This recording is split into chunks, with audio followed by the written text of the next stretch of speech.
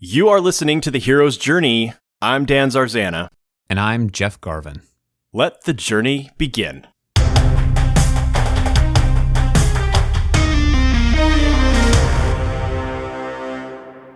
Hello, everyone, and welcome to another episode of The Hero's Journey, where Jeff and I discuss a novel or film using Joseph Campbell's Hero's Journey monomyth as a guiding light.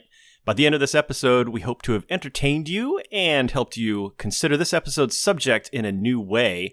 I would say that we win if at least once during your listening experience you go, huh. Yeah, that's a good gauge, I think. Or our other favorite, interesting. Hey, Jeff. Yeah. Do you remember how you always mock me for frequently having a t-shirt that matches the subject of our episode? I would say celebrating you, not mocking, but yes. There was mockery in our friends group call last week. It was very clearly mockery. Well, I want to encourage the bullying further because I am wearing today a Green Dragon Inn t-shirt. Yes. That I bought when I visited the Hobbiton movie set in Matamata, New Zealand in 2015. Wow. Now, I've actually seen that shirt before, so I know for a fact you owned it before this episode. Yes. I do not go out and buy a t-shirt for an episode. Probably not true, but okay. No, it's definitely not true. I mean, it definitely is true. I've never bought a t-shirt specifically because we were doing an episode. Got it on tape. You heard it, listeners. I have a RoboCop shirt that I need to use. I own it. You've seen me wear it, and we've not done RoboCop yet. So all right. That's our side Paul Verhoeven Paul Verhoeven and Stephen King the only. Paul Verhoeven cast. Yeah. All right. Let's talk about The Lord of the Rings. Yeah.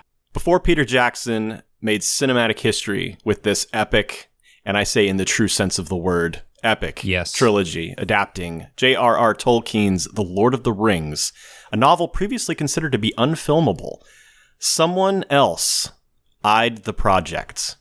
Do you know who it was? I'm gonna say Terry Gilliam or David Fincher? John Lennon of the Beatles. Oh my God. In the late 1960s, the Beatles were looking to fulfill their 3-picture deal with United Artists. They'd already made A Hard Day's Night and Help, but they thought those were formulaic and they were looking to test their creativity. So for the third film, Lennon pitched The Lord of the Rings and the band loved the idea. Lennon would play Gollum. Oh my God. Paul McCartney would play Frodo, George Harrison would play Gandalf, and Ringo Starr would be Sam. I don't know what to say. Wow. Let me make the story a little more interesting. Lennon had a director in mind for this monumental project, a director you and I both love and respect, Stanley Kubrick. Oh, imagine a Kubrick God. Lord of the Rings. Starring the Beatles. The band even had a meeting with Kubrick, but Kubrick was not enthused on the idea, and so the project just sort of died right there. The Beatles ended up fulfilling that 3-picture deal with 1968's Yellow Submarine. I have revised a major what if in my life, which is, what if I had a time machine, what would I do? I would go back and persuade Kubrick to make the Beatles Lord of the Rings. The world needs to see that. Holy crap, Dan.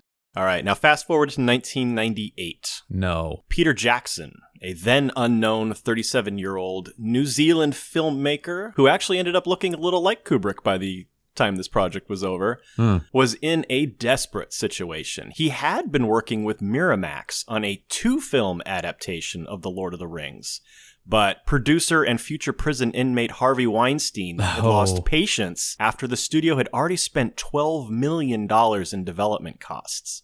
Wow. He told Jackson that instead of financing a 2-film adaptation for $180 million, he would give Jackson $75 million for 1 film. It would have been it would have been Gandhi. It would have been the longest film ever made. I think it would have been the opposite of what The Hobbit ended up being. The Hobbit should have been 1 film. There's no reason The Hobbit should have been stretched out into 3 films. Agreed. Opposite problem. Anyway, Jackson declined the offer, and then Weinstein slapped down another ultimatum. He said, find a new studio in 4 weeks, or Miramax is going to keep the rights to The Lord of the Rings. What a charming guy. So Jackson made the studio rounds, and every studio rejected him until he got to New Line Cinema. This was his last chance. Jackson gave his 2-film pitch to New Line founder Bob Shaye, and Shaye just sat there quiet. Finally, Shaye said, "Why would anyone in their right mind make 2 movies?" Heartbreak for Jackson, I'm sure. Oh. But Shaye then said, "This is 3 films." Yes! Shaye! Project is greenlit, and in a first for Hollywood, all 3 films were filmed simultaneously in New Zealand in what must have been a grueling 16-month shooting schedule. And that's just for principal photography. Then there's all of the post-production, the editing, the huge number of visual effects shots.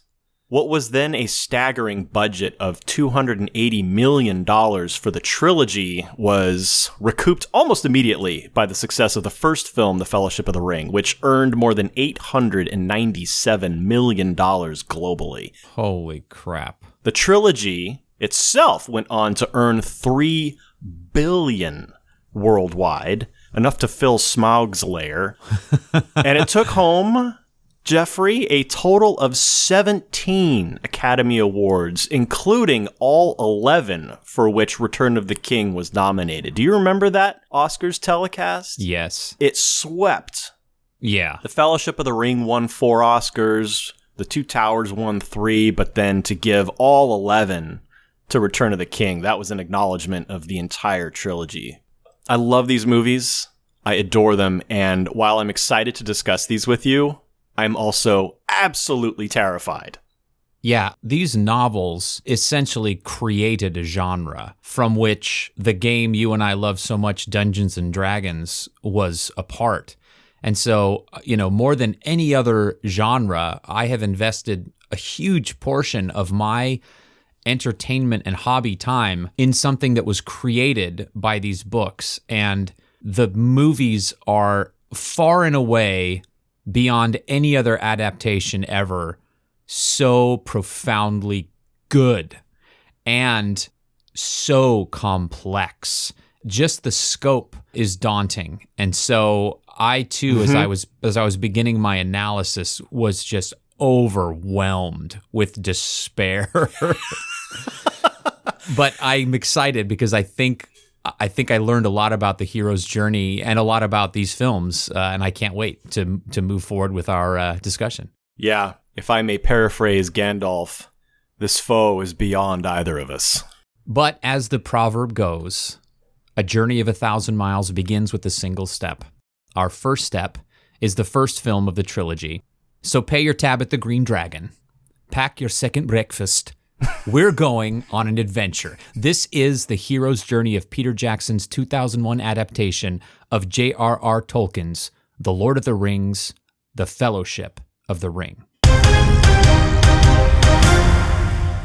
Act 1 of the hero's journey begins with the ordinary world, where we see our main character in their status quo normal life.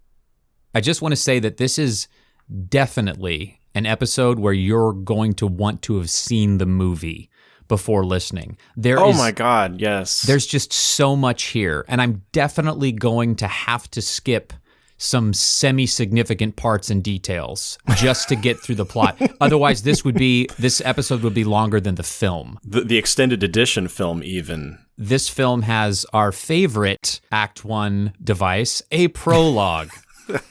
And it is a prologue that covers nearly 3,000 years of history of this, and it's incredibly efficient. So we learn an incredible amount of history about the world where The Lord of the Rings takes place, Middle-earth. But the key point is that an evil lord named Sauron forged a magical ring called the Ring of Power and imbued it, as the elven princess witch Galadriel says, with his cruelty, his malice, and his will to dominate all life. Yeah. So elves and men united to defeat this dark lord. And a man named Isildur, the king of the men, took the ring for himself. But the ring betrayed him and he was murdered, and the ring was lost for 2,500 years, as they put it. Then the creature Gollum finds it, and for 500 more years, it corrupts his mind until enter Bilbo Baggins, a harmless hobbit on an adventure who finds the ring and brings it back to the Shire. That's the history. Now we fast forward some 60 years. In the little town of Hobbiton in the Shire, where the hobbits live, that very same Bilbo Baggins is preparing to leave. The wanderlust of his earlier adventures has bitten him again, and today is his 111th birthday. And he plans to make a dramatic exit using the ring that we've just learned so much about. Bilbo doesn't know the power of the ring. He just knows he can disappear when he puts it on. But he admits to Gandalf that he feels stretched. Yeah. Like butter scraped over too much bread. What a I love that analogy. Yeah. And so we realize that this ring has had some kind of effect on him. So all of that is important. We meet Bilbo's nephew, Frodo, our protagonist, a bright young hobbit who admires his adventurous uncle. He's reading a book in the woods when a gray wizard named Gandalf pulls up in his cart. You're late. A wizard is never late, Frodo Baggins. Nor is he early. He arrives precisely when he means to.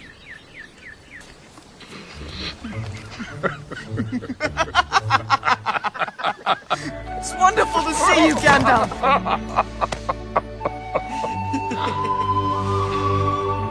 You didn't think I'd miss your Uncle Bilbo's birthday. And Frodo grills him about what's going on in the larger world. And Gandalf says he is far too eager and curious for a hobbit. Very unnatural. So already we know that Frodo has got that Baggins wanderlust. He is curious about what's happening outside the world, even as he is comfortable and loves the Shire. And then Gandalf assures Frodo that events are transpiring in the world as they always have, scarcely even aware of the existence of hobbits. Very nice. That is the world where our adventure begins. The next segment is the call to adventure, where the hero is presented with a challenge which renders him unable to continue living in the comfort of his hobbit hole. Now, this call to adventure takes place almost 30 minutes into the film. Wow. Longer in the extended cut. Yes. Bilbo has slipped on the ring at his birthday party, vanished in front of everybody's eyes, and run up to his hobbit hole where he is packing to leave. Gandalf knows exactly what has happened and meets him there. And the two of them have that conversation about the ring, and Gandalf wants Bilbo to leave the ring there in his hobbit hole. Yeah. And Bilbo is reluctant to leave it. He calls it my precious. And this sets off a flare for Gandalf. Mm-hmm. It's been called that before. And we're going to have to skip a whole bunch of stuff just for the sake of brevity. Bilbo leaves. Yeah. And he leaves the home and all of his possessions to his young nephew, Frodo. There is this great shot that I hope the Twitter feed One Perfect Shot, run by the Film School Rejects, I hope they have used this shot. Love them. There is Gandalf sitting on the right side of the frame, facing the camera, smoking a pipe, muttering to himself. And behind him, over his right shoulder, we see the round hobbit hole door open up and Frodo step inside, look down, and pick up the ring that has been left there for him to find. Mm-hmm. It is such a wonderfully framed shot. And Ian McKellen's performance, particularly in this scene, I think is really haunting. Yes. Because he himself keeps muttering precious. Mm-hmm. Just being near the ring is messing with him a bit. Yeah. And his look when he realizes Frodo has picked up the ring. He intentionally left it there for Frodo to pick up. Yeah, he doesn't want to touch it. Because hobbits are not affected by this ring in quite the same way. Because the ring was intended to affect men, elves, and dwarves. That's who Sauron intended to subjugate.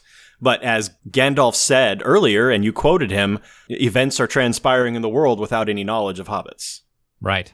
So Gandalf informs Frodo that Bilbo has indeed left to stay with the elves. Bag End and everything in it now belongs to Frodo, including the ring, which he then says, Keep it secret. Keep it safe. And then he leaves because he's got questions that need answers. Frodo is very confused by this entire thing. Yeah. So Gandalf researches the One Ring, discovers a clue, rushes back to Frodo, and throws the ring in the fire. Mm-hmm. And then there's this moment of, do you see anything on the ring? Because in Gandalf's research, he discovers that fire will cause the markings that are on the ring itself to emerge. And speaking of fire, as Gandalf is doing this research, he is surrounded by ancient pieces of parchment. There's like 2 open flame candles, and he's smoking a pipe. Like, fire safety, Gandalf. Come on. Well, he is a magical being. He is a Maiar, so I'm sure he could control it if something went wrong. Maybe. He did defeat the Balrog, after all. And your favorite cinematic technique, as Frodo is holding the ring and the etchings emerge, it broadcasts, it projects a light across Frodo's face of the text on. I bought that 100%. That is magical writing. It totally worked. It didn't bother you that time? No, it's I not thought of you immediately because you it's funny. hate it when that happens. I knew you were going to peg that. No, man. He's not sitting in front of a computer screen, which doesn't do that. He's sitting in front of a magical ring. So I totally, gotcha. It didn't bother me. I thought it was awesome. Okay, all right, great. Gandalf translates the inscription. In the common tongue, it says, one ring to rule them all. One ring to find them. One ring to bring them all. And in the darkness, fight them. This confirms that this is, in fact, Sauron's One Ring. And he tells Frodo that Sauron wants his ring back. Mm-hmm. And Frodo, in this wonderfully innocent manner, starts looking around the house. Well, we'll hide it somewhere. We'll put it where no one can find it, and we'll never speak of it again. Oh, Frodo. So innocent at this point.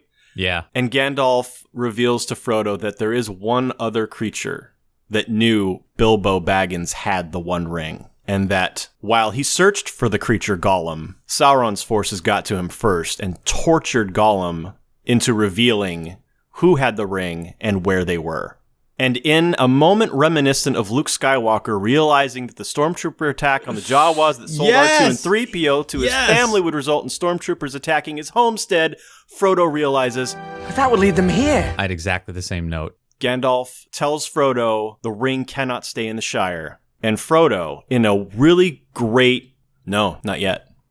That is the end of the call to adventure. Absolutely agree. It's a long call. It's a very long call. It really is. All right, that takes us to refusal of the call. Confronted with fear of the unknown, our hero refuses the call. Sometimes this energy is expressed from within and sometimes from without. Before Gandalf even has a chance to tell Frodo that he has to leave with the ring, Frodo starts refusing. You mentioned this part. He says, we'll put it away. We'll keep it hidden. We'll never speak of it again. And he tries to give the ring to Gandalf. Yes. And this is where we learn that the ring has an incredible corrupting influence on men, even now, when it's been hidden for 2,500 years. And Gandalf resists the temptation. Understand, Frodo. I would use this ring from a desire to do good.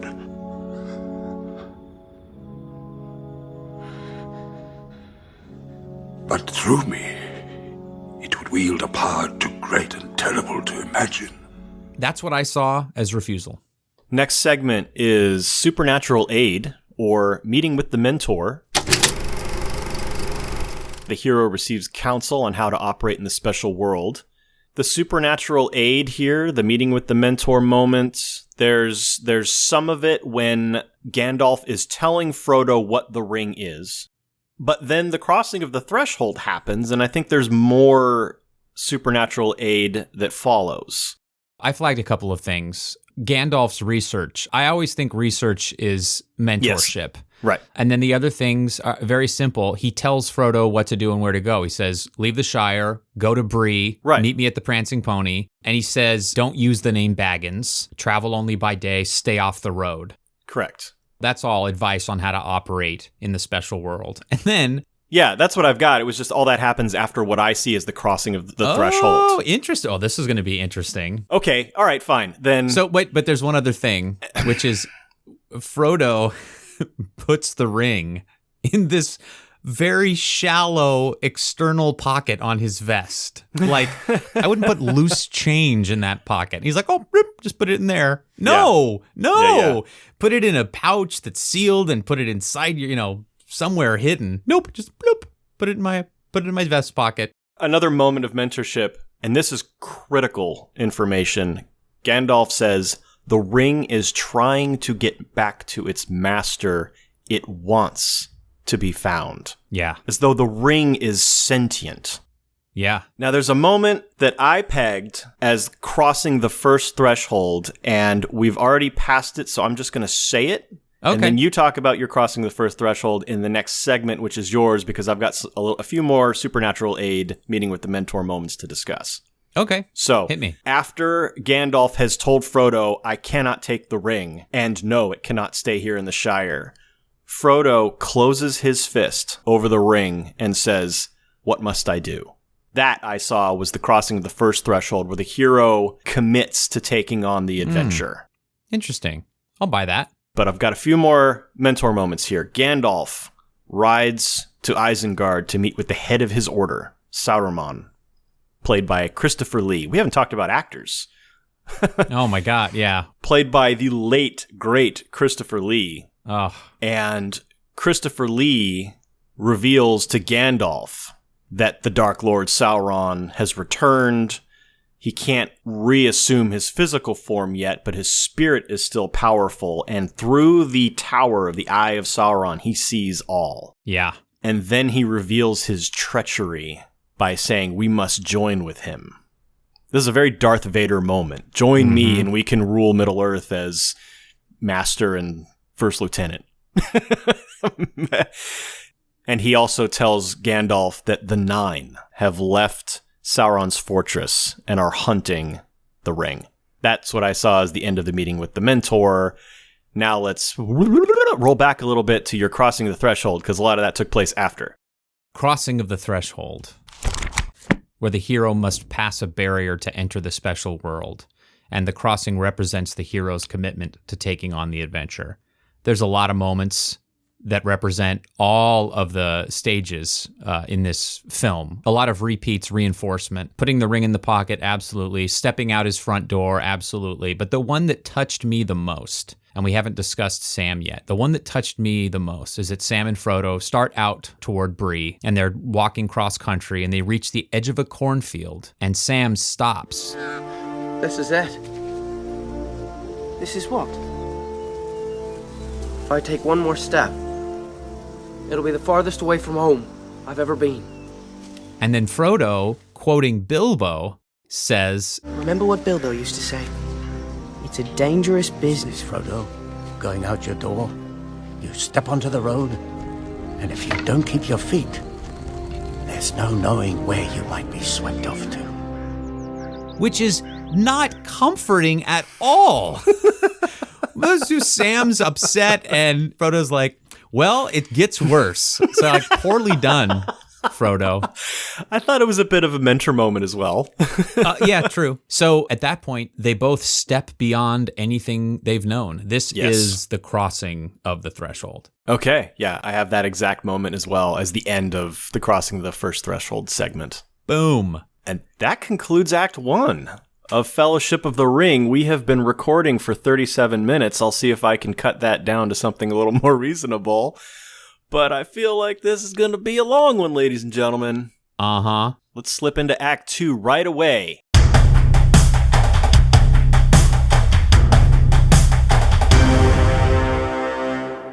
All right, Jeff, this is a long one. Ooh. No time for side quests. Nope. Straight into Act 2. The first of Act 2s, as we will see. I think when you have a story this epic, I feel like that word has lost all meaning these days. Yes. But there have to be multiple crescendos.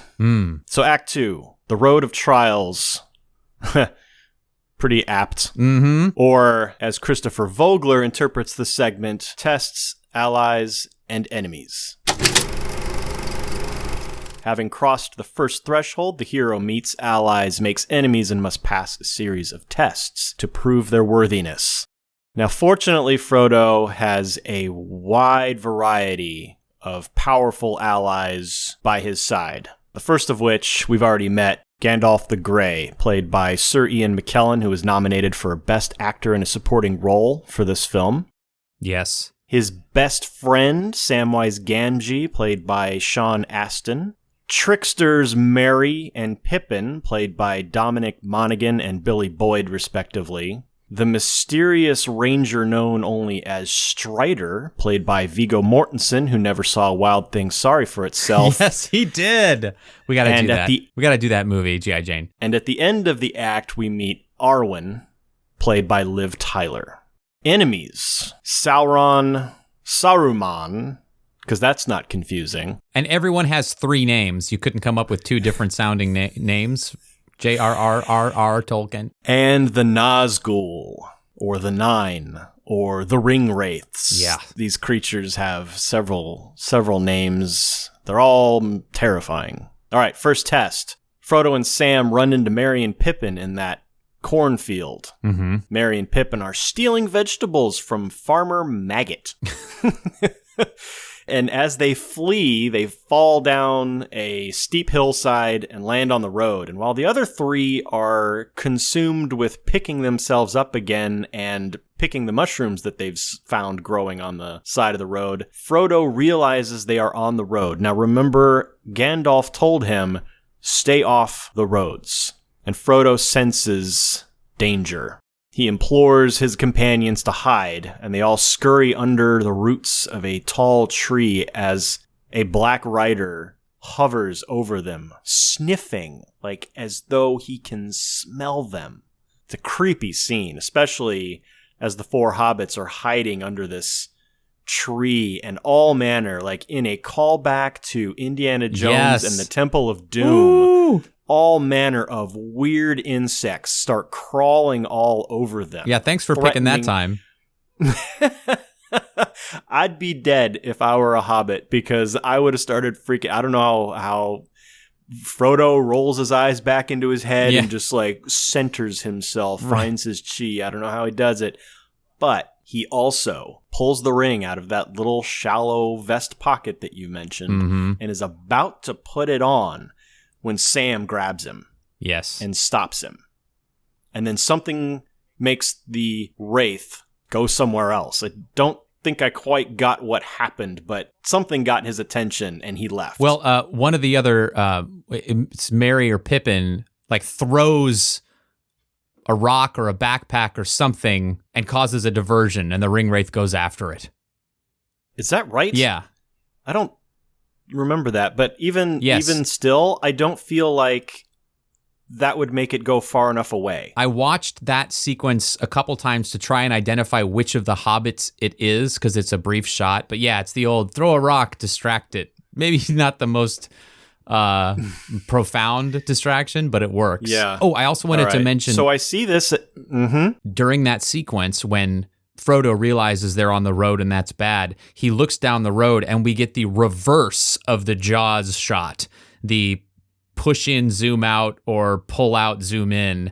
And I just thought it was funny. We got that 2 episodes in a row. And again, this one's different because it's not on a person. It's just on the view of the road and the canopy of trees. And I haven't seen it used that way in other films.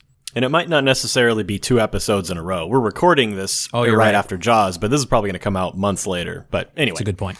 I see this sequence as both a pass and a fail. It's a pass because Frodo recognized the danger, that they were on a road, and he successfully got his party to hide. But it's also a fail because he very nearly ruined the whole thing by putting the ring on. Oh boy. It's a pass, though, for Sam, who recognized the danger and stopped Frodo before he could do it. Agreed. Test 2. Under the cover of darkness, the hobbits emerge from their hiding place And as the Black Rider we see continuing to search in the vicinity, Frodo admits to Merry that he has to leave the Shire. And Merry suggests Bucklebury Ferry.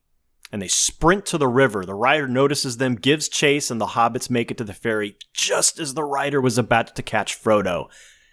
Merry informs the party that the next crossing is 20 miles away. It's a long river raft. And as they take off down the river, they watch the rider take to the road, and 2 other riders join it.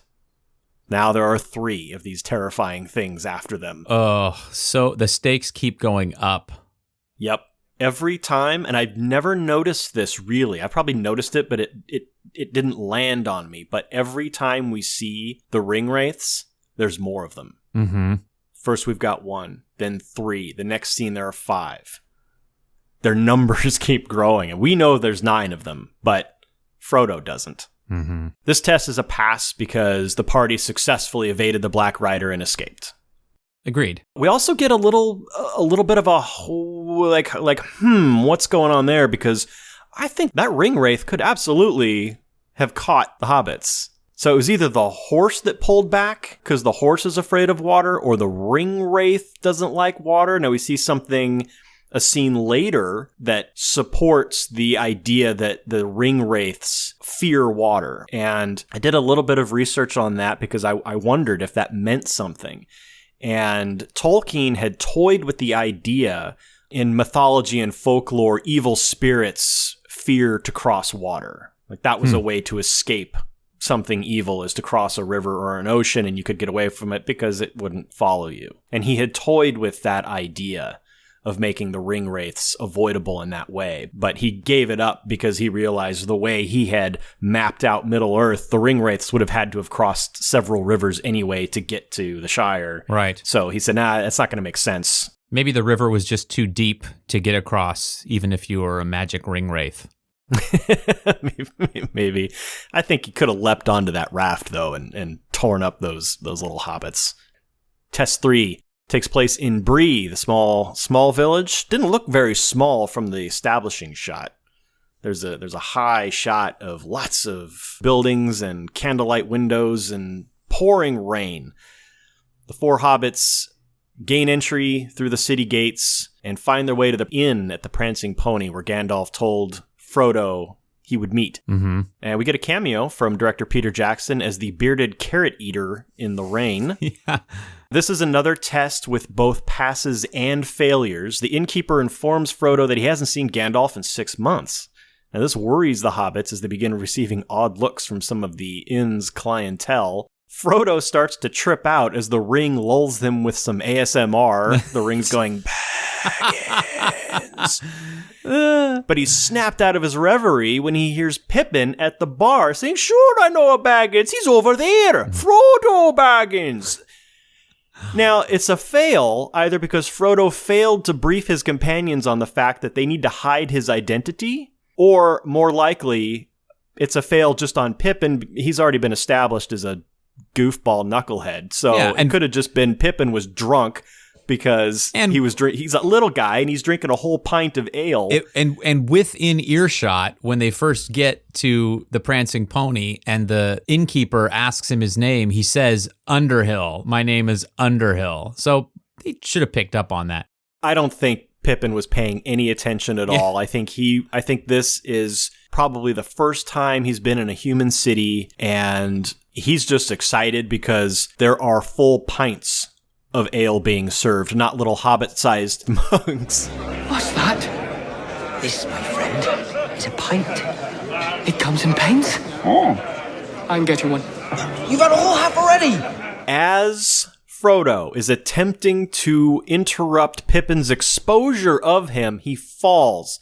Now pay attention to this. Frodo falls an awful lot in this movie. Mm-hmm. This dude is on his butt half the time. The ring flips up into the air, and as Frodo reaches up to catch it, the ring, remember now the ring wants to be found, slips onto Frodo's finger, and he vanishes, much to everyone's alarm.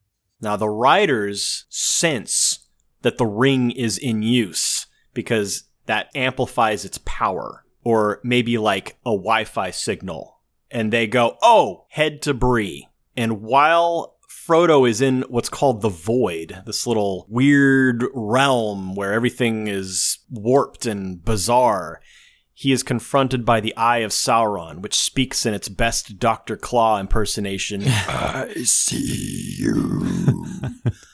Before Frodo removes the ring. First Dr. Claw reference on the hero's journey. Now I need some water because that really hurt my throat. Yeah. It's an extension of the previous failure of Pippin's activities. The ring's slippage onto Frodo's finger was the ring's doing, not Frodo's doing, because the ring wants to be found. Yeah? You with me so far?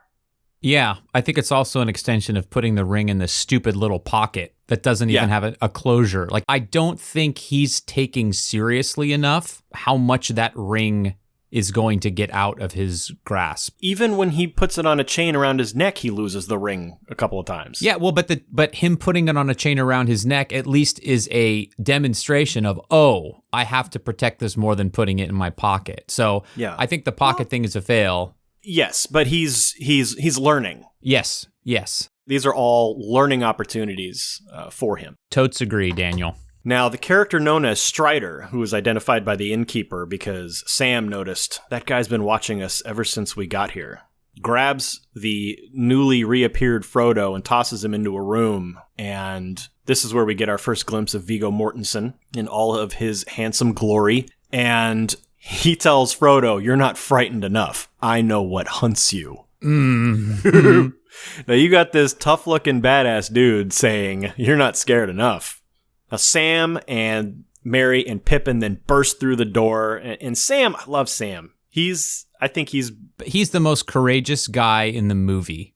Yes. He repeatedly stands up to people who could murder him with a swipe. Yes. Yeah. So he busts in the door, Sam at the front. They threaten Strider, and Strider calms down. "I'm here to help you."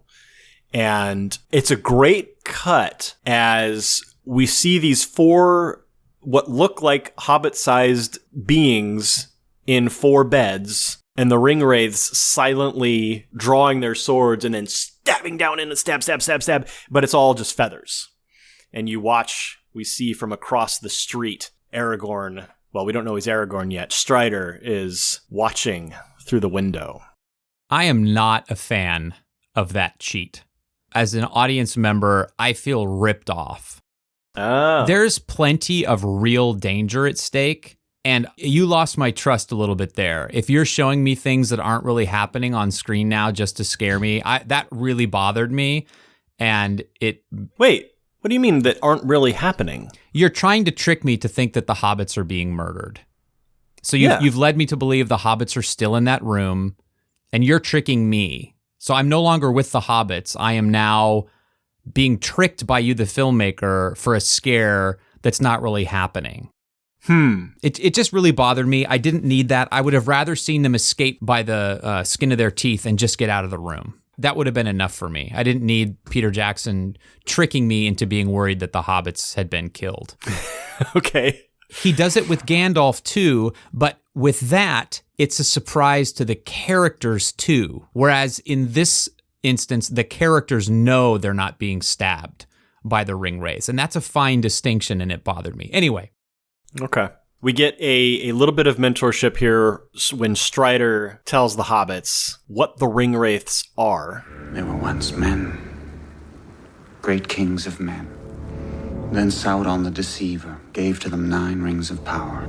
Blinded by their greed, they took them without question, one by one, falling into darkness.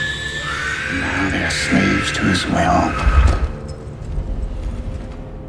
They are the Nazgul, ring wraiths, neither living nor dead. At all times they feel the presence of the ring, drawn to the power of the One. They will never stop hunting you. Ugh. All right, so this test is, I say, a pass because Frodo has secured the assistance of Strider, who saves their lives with this little bait and switch trick on the Nazgul that you hate with every fiber of your being. Mm-hmm. Next test. In a moment of levity, which I think this trilogy does mostly well. Yes, I agree. But in this scene, Strider is leading the hobbits through the wilderness. Mm-hmm. And he has told them that he is taking them to Rivendell to see Lord Elrond. Merry is vocally questioning whether or not they can trust Strider. And Pippin stops for breakfast. Mm-hmm. And Strider says, no, we gotta keep going. And, there's the whole second breakfast conversation that gets memed quite a bit. Uh-huh. Pippin says, well, what about second breakfast? And Strider gets this sour look on his face and he just turns and walks away. Merry tells Pippin that I don't think he knows about second breakfast, and then Pippin starts to panic. But what about Elevenses and afternoon tea and dinner and supper? And he knows about all those. While he's panicking here, an apple sails over the bushes and hits Pippin in the face. And then Pippin, because he's an idiot, looks up at the sky like it's going to be raining apples. Yeah. I saw this. The scene could, I think, be dismissed as simply a comedic break, but I think that it is good character development. It shows Pippin that he is leaving his life of hobbit comfort in the Shire behind, and it also shows that Strider is on their side after all and will provide when he can. Mm-hmm. He's annoyed about the second breakfast thing, but he finds an apple tree apparently, or maybe he had apples in his backpack and tosses them to the hobbits. I saw that as the last test before we slip into the approach to the inmost cave. Well, then I guess, Dan, we'll move on to Approach to the Inmost Cave, where the hero reaches the edge of a dangerous place where the object of his quest is hidden.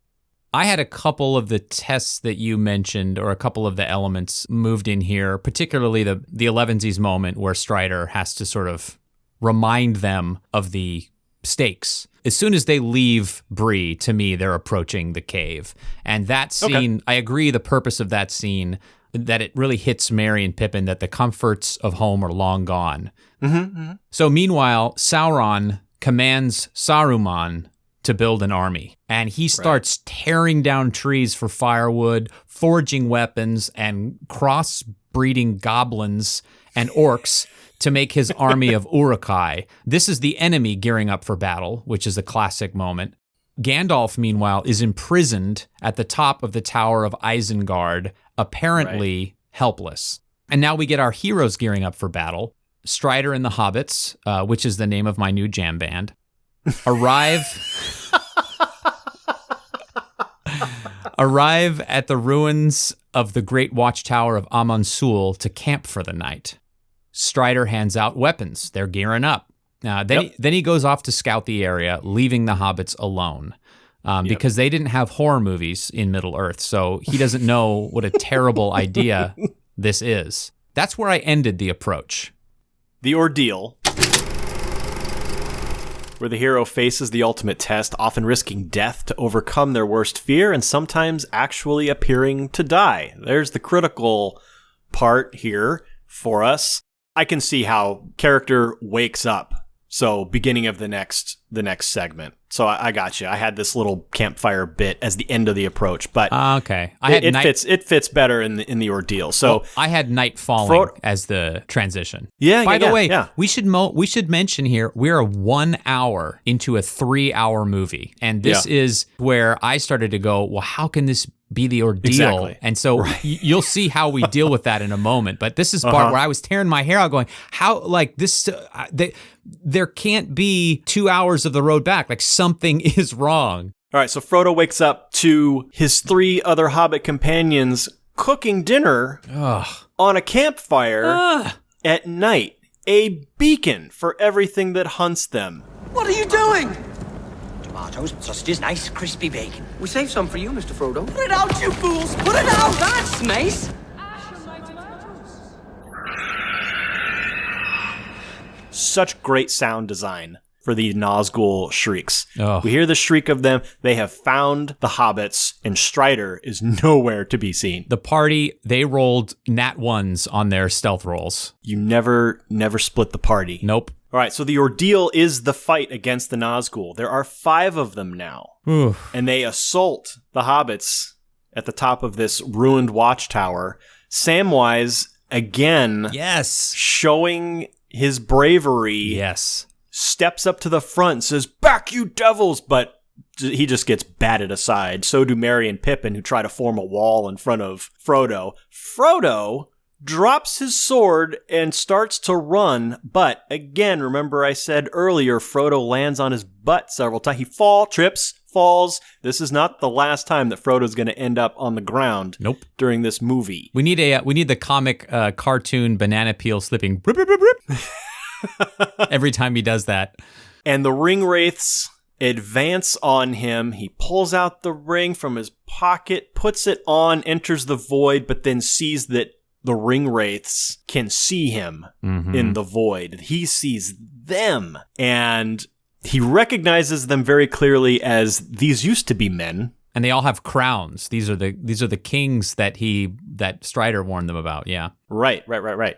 And one of the ring wraiths stabs Frodo in the chest. Now Strider shows up with his sword and a torch and drives the Nazgul away. But Frodo has been severely wounded. Help him, Strider! He's been stabbed by a Morgul blade. This is beyond my skill to heal. He needs elvish medicine. And they're still 6 days away from Rivendell. Atop Isengard, the imprisoned Gandalf catches a moth. Mm-hmm.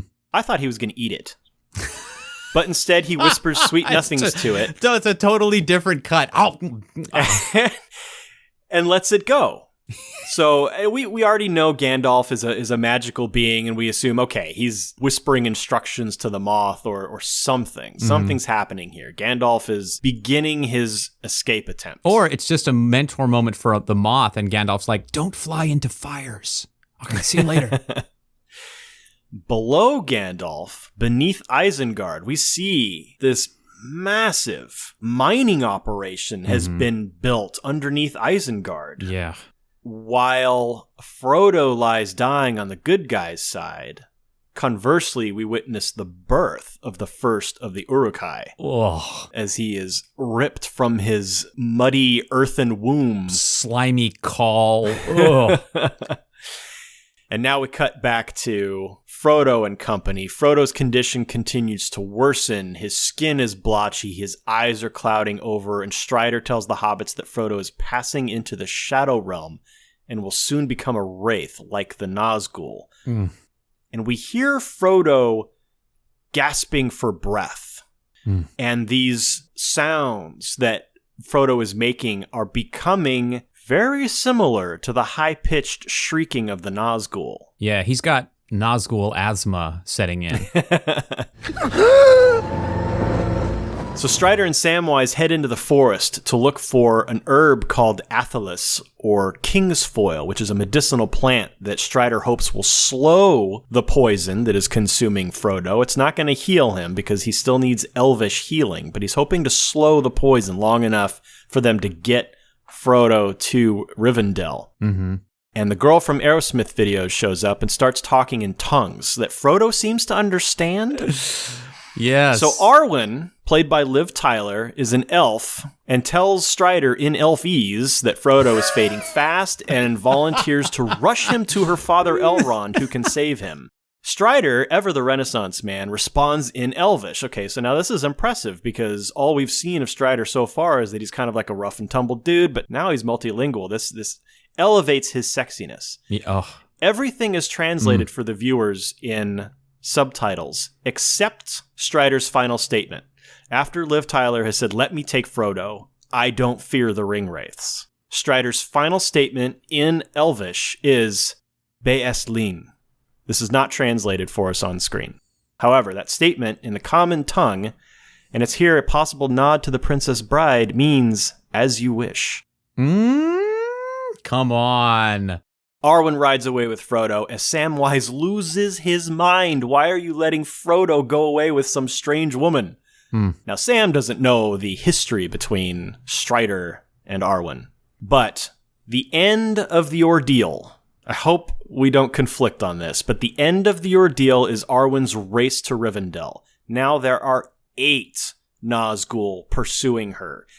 And she, astride her horse, Asfaloth, outmaneuvers and outruns the Nazgul and crosses a river. And here's what Again, Water and the Nazgul. They all pull up their horses and skid to a halt, and she baits them. If you want him, come and claim him. And they're like, all right, chick, we're coming across this river. They very, very hesitantly and gingerly start crossing this river, and she casts a spell that causes a flash flood that washes the Nazgul away. Yes. The flash flood takes the form of these spectral horses. Yes. And that is what I saw as the end of the ordeal. I think we are 100% in sync. I just have one clarifying question that I wanted to ask you. Okay. Did you say a moment ago that Arwen/Liv Tyler is the girl from the Aerosmith music videos? Yes. So that actually is Alicia Silverstone, who was in the Aerosmith music videos. Liv Tyler is the daughter of Steven Tyler. Liv Tyler is the daughter of Steven Tyler of Aerosmith, and she was also in at least one of the Aerosmith videos with Alicia Silverstone. Oh, okay. I don't remember that. Do not correct me. Jesus, man. All right, that takes us to reward. Having faced his worst fear, Frodo seizes the object of his quest. This is one of those moments where I feel like some revision of our little snippet of what reward means could use some revision. But in this case, the elves use their healing magic and Frodo awakes in the house of Elrond in Rivendell. He has survived death and he's on the mend. And he is reunited with his allies. Gandalf, whose reward was being rescued by the giant eagles. Thank you, Mr. Moth. Apparently moths can speak eagle, which is good to know. Normally, don't birds eat moths? I don't know. That must have been an interesting negotiation off screen. Moths are friends, not food. And he's reunited with Uncle Bilbo, whose age has finally caught up with him, as well as his friends Sam and Merry and Pippin. They're ready to go home. The ring will be safe in Rivendell, or so Frodo thinks. And end of movie. Mm-hmm. That's the end. No, you thought. You thought. But we have to be entering Act 3, the road back next, right? Right, Dan? That's right. That's what's but coming next. But we still have 7 hours of movie. How is this going to work? Well, so what we both recognized, I think, independently, because this movie was so scary to analyze, Dan and I actually scheduled a pre-recording meeting, which we have never done before, to make sure that our analyses were close enough that this whole episode wouldn't be a complete train wreck. And to my pleasure and relief, we both identified that this film has 2 first and second acts. It has an Act 1 and Act 2, and then another Act 1 and another Act 2 before we get the third act. So we have just now shared with you Act 1 and Act 2A, and now I need a drink. I guess we're going to retreat now, not to the Campbell Dragon. Cafe, the Prancing Pony, but to the Prancing Pony. I think we'll go back to Bree and get ourselves a pint. It comes in pints? It comes in pints. I'm getting one.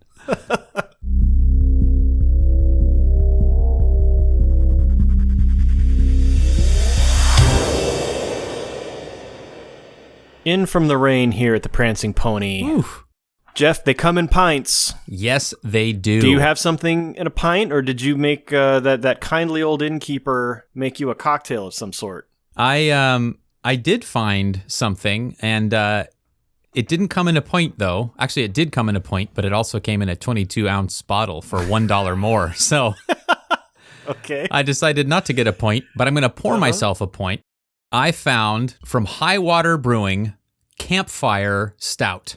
Oh, nice. And since it is a campfire that sets off the ordeal and calls the ring wraiths to the ruins where the party is hiding, I decided I would get this beer. And Strider tells Samwise that he has a stout heart.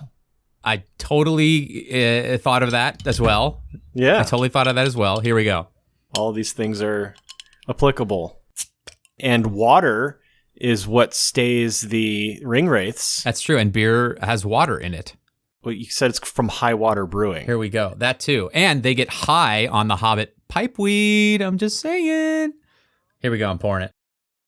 Oh, man, it is thick like molasses. Oh. Glug, glug, glug, glug, glug, glug, glug, glug, glug, glug. Have you had this before? It's No. interesting that you intentionally bought the bigger bottle without having had it. So you're either committing to the adventure of drinking that entire thing, whether you like it or not. It was $7.99 for a pint or $8.99 for 22 ounces, and I felt so ripped off by an $8 pint in a store that I decided, okay, it's got a nice thick foamy head, not quite Nitro Guinness level, but pretty good.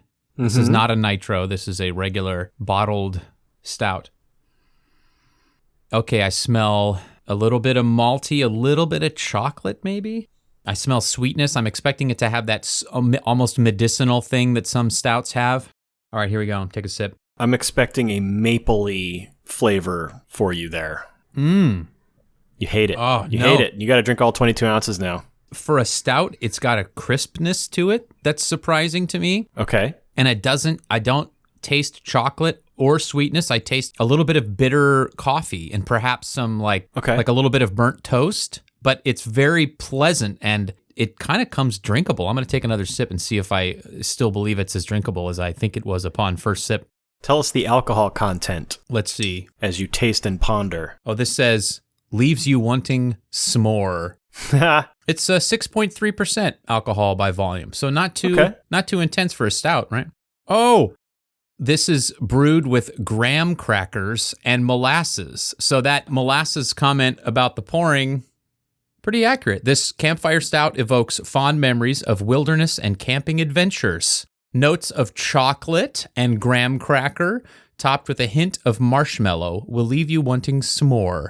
I give this 4 stars. It's very delicious. Wow. Well done, High Water Brewing. I would buy this again or order it on tap to see how different it was. Yeah. I've never been anywhere. I've seen that beer at Bevmo, but I've never been to a bar that had it on tap yet. Where is High Water Brewing? Here we go. San Jose, California. So it's driving distance. We could go. That's a heck of a road trip. Dan, what have you ordered from the barkeep at the Prancing Pony? I have a pint of banana bread beer by Eagle Brewing. What? I thought the eagle there was appropriate considering the eagle rescues Gandalf in this film, and we'll see what the eagles do at the end of the trilogy. Oh, Sam. Not real thrilled. I love banana bread. Mm-hmm. Bananas by themselves are probably my least favorite fruit to eat. Interesting. But I like them in other things. Like if I'm having a fruit salad, some sliced bananas are good. Peanut butter and banana sandwiches I used to eat when I was a kid, but I haven't had one in years. Oh, so let's see.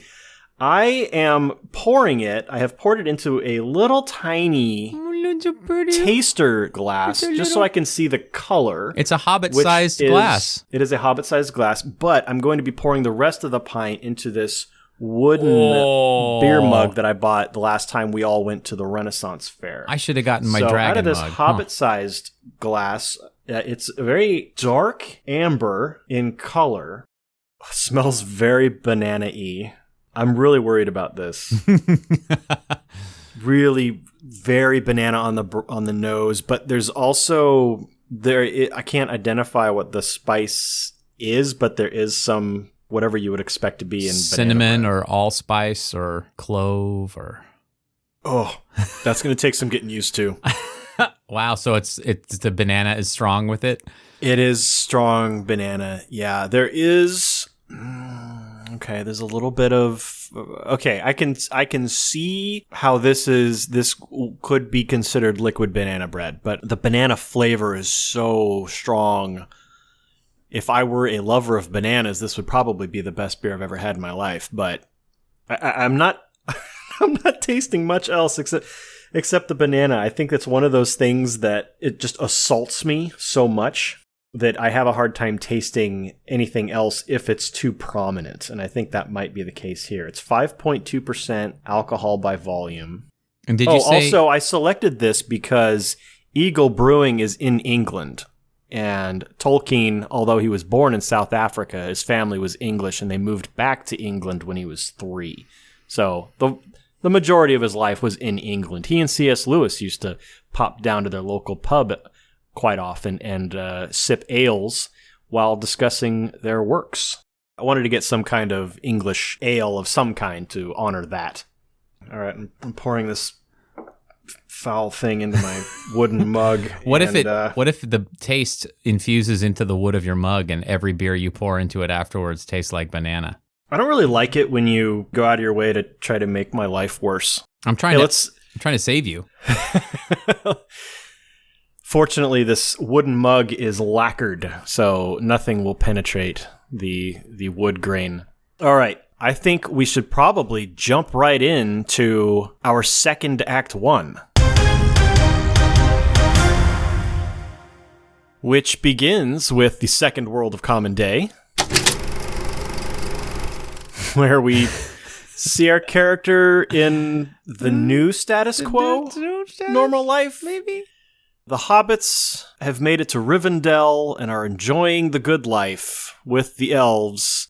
Gandalf meets with Lord Elrond, played by Hugo Weaving. They discuss Sauron's plans, and Elrond insists that the ring cannot stay in Rivendell. The elves are leaving Middle-earth. The dwarves cannot be counted on assisting because they care nothing for the outside world. And Gandalf says that they must put their faith in men. And Elrond says that men are weak. It is because of men the ring survives. I was there, Gandalf. I was there 3,000 years ago. And he recounts the story of how he watched Isildur succumb to the ring's corruption instead of destroying it in the fires of Mount Doom like he should have. Elrond has no faith in men. And Gandalf suggests that there may be one who could unite the world of men. And then we cut to Viggo Mortensen. So, very clear who we're talking about here. It's not like in The Empire Strikes Back where Yoda says, no, there is another, and then we never get who that other is. Yeah. And I think that's the end of the Second World of Common Day. That sets up the new situation and launches us into the second call to adventure. Which brings us to Call to Adventure, where the hero is presented with a challenge, which renders him unable to continue living in the comfort of the ordinary world. Frodo is very much hoping that Rivendell will be comfort and that he'll be able to return to the Shire, but that is not to be. Elrond calls a council of all the races of Middle-earth and informs them the ring must be destroyed, and one of them must carry the ring all the way to Mount Doom, where it was forged and cast into the fire. Now, as I mentioned at the beginning, there are a lot of things that plug into each of these, and especially during this second sequence, some of them come out of order. But for the sake of brevity and simplicity, Elrond's call for someone to carry the ring to Mount Doom, where it was forged and cast it into the fire, is the call to adventure. Agreed. It's not just presented to Frodo. It's presented to everyone on the council, and Frodo's just kind of looking on. He's been summoned to the meeting, I guess to represent the hobbits, but it's clear that Elrond isn't considering Frodo among the people. But that's the call to adventure. Which leads us to the second refusal of the call. The council descends into chaotic bickering.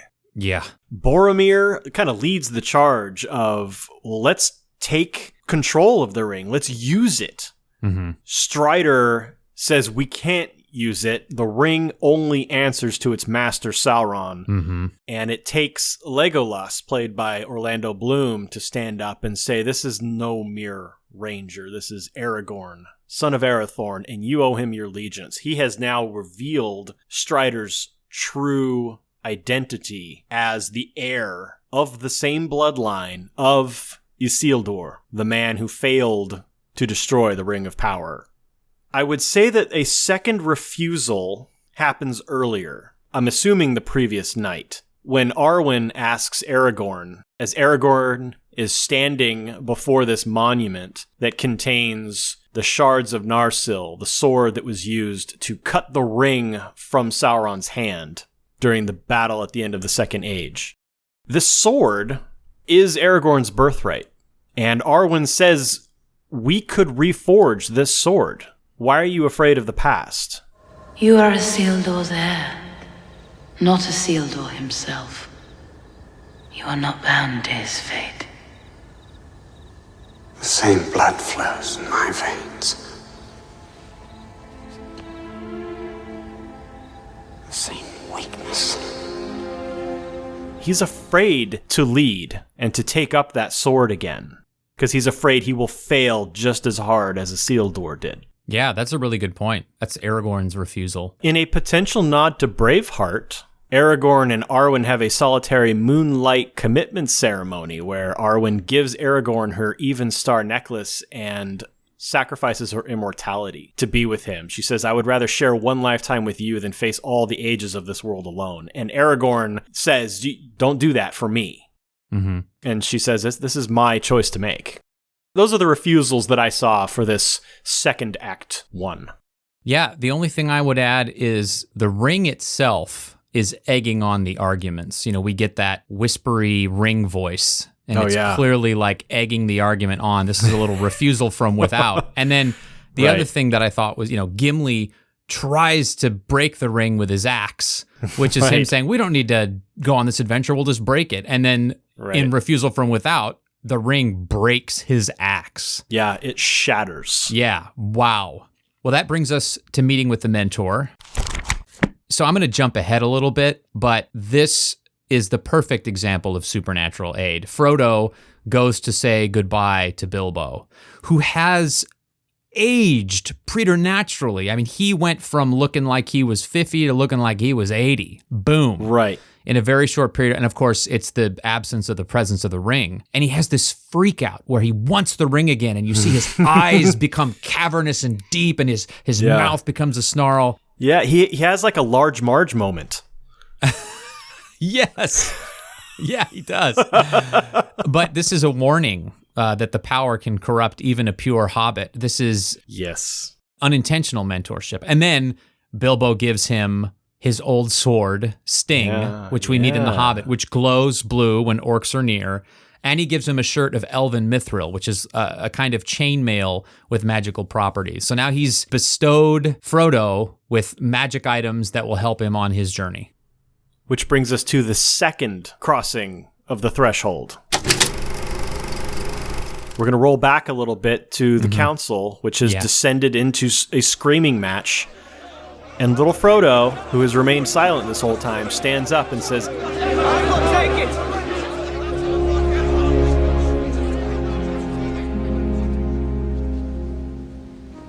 I will take the ring to Mordor.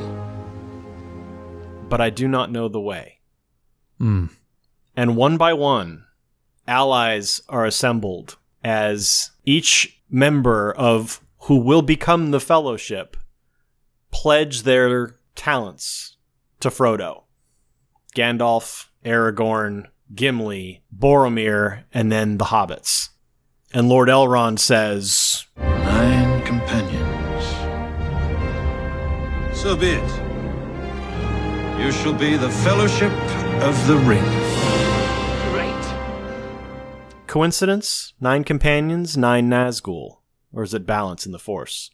And then finally, literally crossing a threshold, the Fellowship exits Rivendell through a large stone arch, across a stone bridge, and in a scene that was included in the trailer, over that mountain ridge, one by one, and they each get this moment to pose heroically. Before, they step up to the mountain ridge and they look around, and then they keep walking.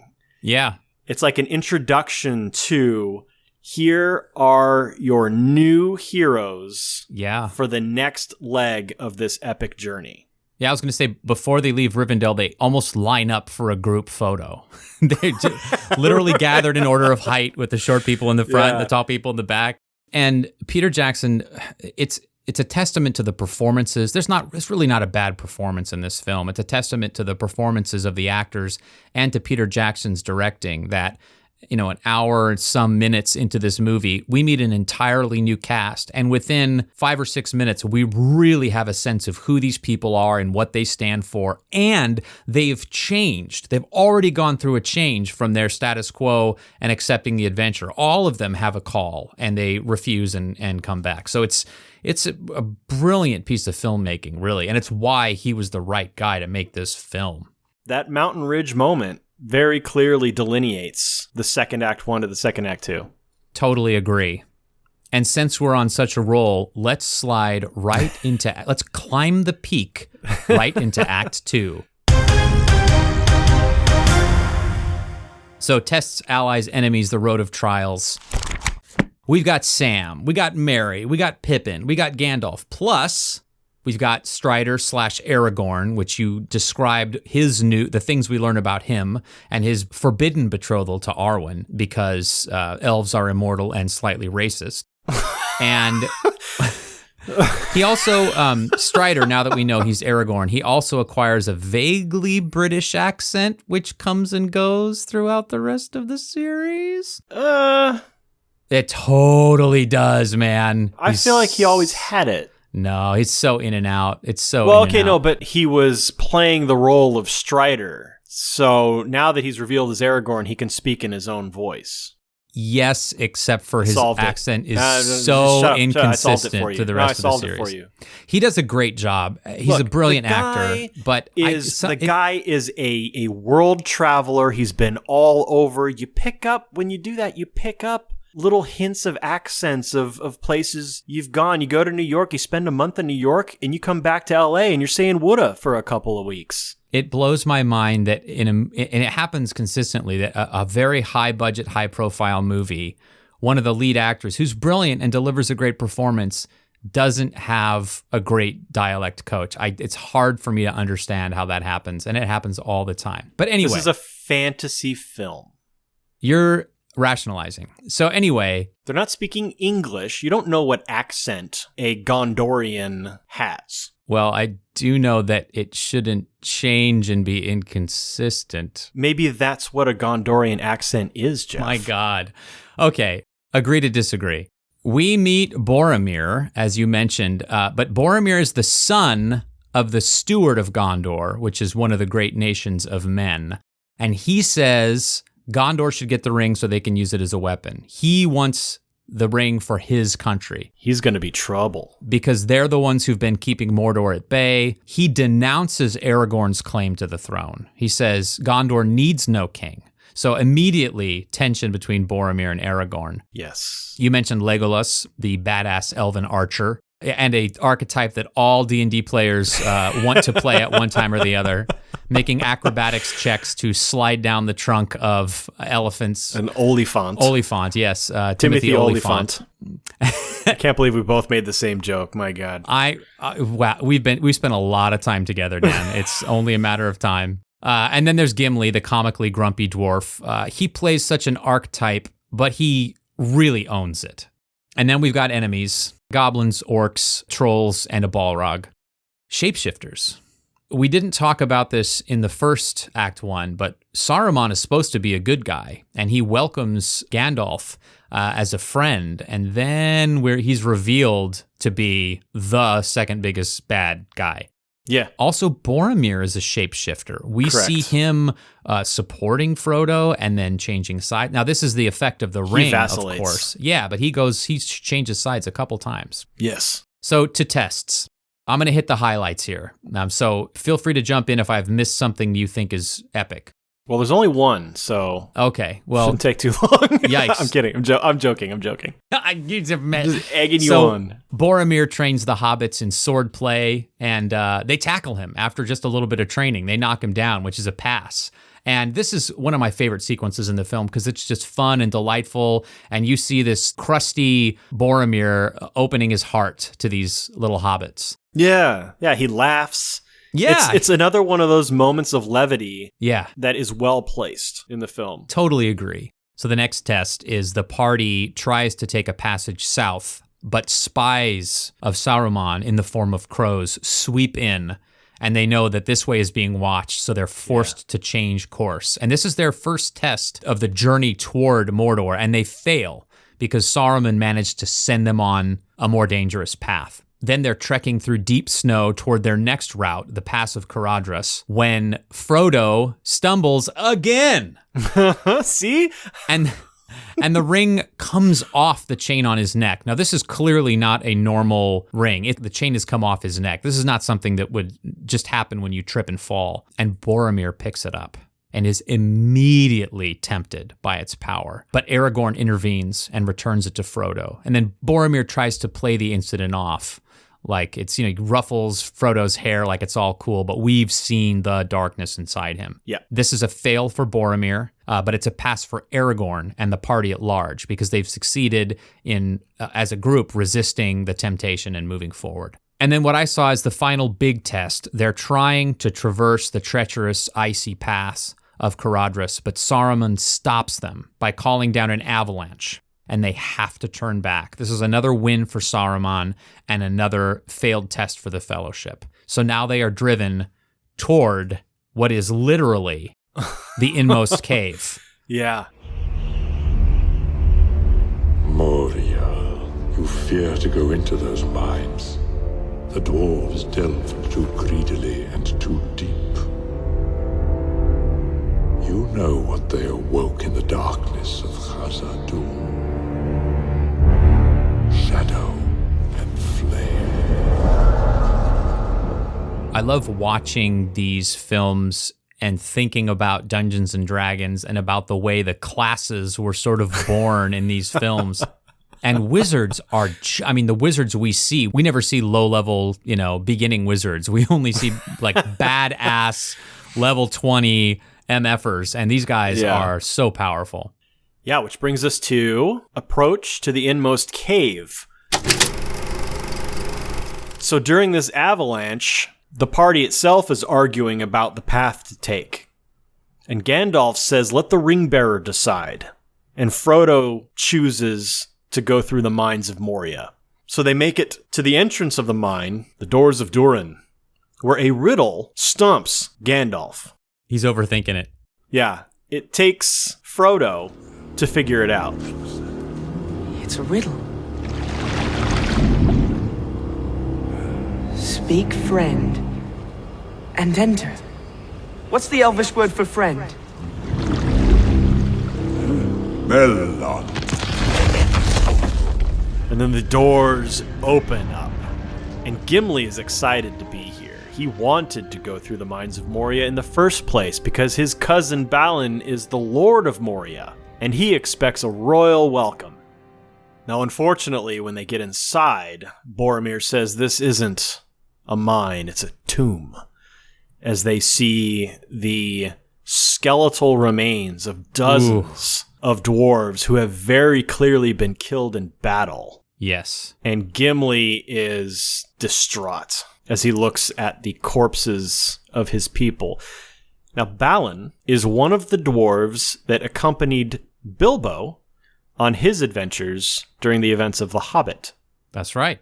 Some 60 years prior. So Boromir says, we should never have come here. We need to turn back and make for the Gap of Rohan. But as they exit the mine, the lake that is adjacent to this entrance to the mine is the home of Son of Cthulhu, possibly? Cthulhu? It's called the Watcher in the Water, this giant multi-tentacled beast that attacks the party. They have to fight it off and then retreat back into the mine to escape this thing, and it rips the doors down and collapses the entrance behind them. So now, as Gandalf says, We now have but one choice. We must face the long dark of Moria. Be on your guard. There are older and fouler things than orcs in the deep places of the world. I just wanted to tag that the Watcher in the Water was disturbed because before they went into the entrance, Mary was chucking rocks into the pond, which sort of woke it up. And Pippin has most of the Jar Jar Binks moments in this film, but this is Merry's. He failed on that one. That's a pretty natural reaction, though. If you're bored and you're sitting at a lakeside, you're going to toss some rocks into the water, aren't you? The parent in me was like, "Stop, Merry, put the rocks down. No more screen time for you." And finally, Gandalf reveals it will take 4 days to go through the mines of Moria to reach the other side. Gandalf is leading him through this 4-day journey, and he finally comes to a crossroads of sorts. Yeah. There are 3 doorways that they can pass through, and he pauses and says, "I have no memory of this place." Oops. Ruh-roh. And so he has to sit and ponder. No Super idea comforting. how long they're sitting there. Yeah, you are lost underground. So everybody just kind of sits, and they're going to wait for Gandalf to figure this out. And Frodo is looking around, and he sees a creature in the dark, skulking around, and Gandalf says that is Gollum. And he's been following us for 3 days. Thanks for the heads up, dude. Gandalf plays a lot of things very close to the chest. And in what I thought was Close really to the, nice... Close to the vest, close to the chest, whichever it is. It's not important. No. It's not important. What's important is the next mentor moment that Gandalf and Frodo share, where Frodo says, "I wish Bilbo had killed Gollum when he had the chance." Mm-hmm. And Gandalf tells him that there are things that live that deserve death and things that die that deserve to live. And are you prepared to make that choice for them? Do not be too eager to deal out death and judgment. I love that line. Yeah. And then Frodo says, "I wish this had never happened. I wish the ring had never come to me." And Gandalf, again, in another famous statement, says, "So do all who live to see such times. But it's not for them to decide. All we have to do is to decide what to do with the time that is given to us." Mm. And then he goes, "I know the way." Yeah. Not because he's remembered, but because the air smells less foul down one of the passages. So he's just going to make the executive decision to take that path. That brings us to Ordeal 2. The Fellowship reaches the tomb of Gimli's cousin, Balin, and they discover that this is where the dwarves made their last stand against goblins and orcs. Merry set off the tentacle beast, right? It's now Pippin's turn to screw up when he accidentally knocks a heavily armored dwarf skeleton down a deep well, which goes clanging and banging, and it wakes a massive troll. And this is no stupid Hogwarts bathroom troll. It's brutal. It's brutal. And they battle and overcome it, but not until it stabs Frodo. This is another... Well, dozens of orcs. It's not just the troll. Oh, this yes, is a sorry. huge battle the against orcs, a bunch of orcs, too. The orcs are closing in. They've got the troll. They're battling on all sides, and Frodo gets stabbed. And this is another hero appears to die moment. Yes. But when the smoke clears, we discover that he's been saved by his mithril shirt. Thank you, Uncle Bilbo. Yeah, right. And, you know, this mithril shirt has all sorts of implications. It's something that Bilbo found, so it's a birthright legacy, like the sword that Aragorn is afraid to wield. It's the magic of the elves, so it's the protection of the immortal race. It's got a lot of implications. And Gandalf expresses his surprise that Frodo's got more to him than meets the eye. And it's really this legacy of heroism that he's representing that brings in multiple cultures and hundreds of years of events and items. So they flee through this massive hall, this gigantic, incomprehensibly big hall with columns that stretch, onto an impossibly high ceiling. This is such great Dungeons and Dragons scenery. You can picture the dwarven forge pieces being laid out. And they are pursued by a swarm of goblins. We've never seen them behave this way. They crawl down from the ceiling like spiders. They're crawling down these columns. But then we hear deep booms and the goblins scatter. Yep. And that is not a comforting moment. Well, Gimli thinks it is. He hasn't figured it out yet. Yeah, we scared him away, which is another moment of levity because we've got that dwarven hubris, right? But it is a giant horned fire demon creature called a Balrog. A demon of the ancient world. This foe is beyond any of you.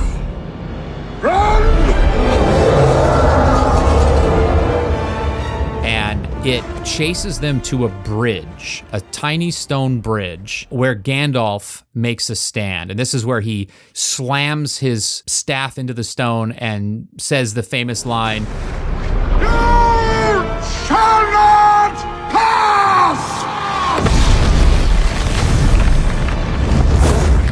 He knocks the bridge out from under and the Balrog plummets into this abyss. And just as Gandalf is turning to follow the party, a whip of flame grabs him by the leg and drags him, and he's clinging to the cliff. And of course, there's another famous line, "Fly, you fools!" And then he's pulled into darkness. The Fellowship manages to escape the mine, but at the loss of their most powerful member. And that is what I see as the end of the ordeal. You're telling me that Aragorn or Boromir couldn't have rushed to the bridge and grabbed Gandalf before he fell?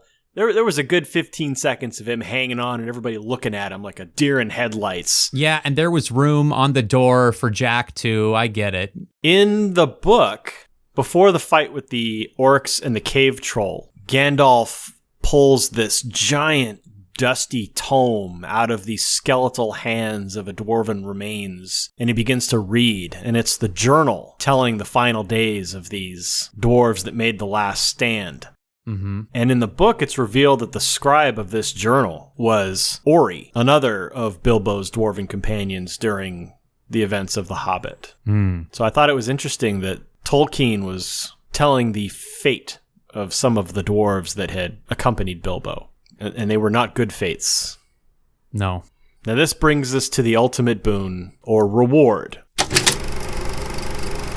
Aragorn gets everybody to their feet. Boromir, in a moment of real human compassion, says, "Give them a moment, for pity's sake."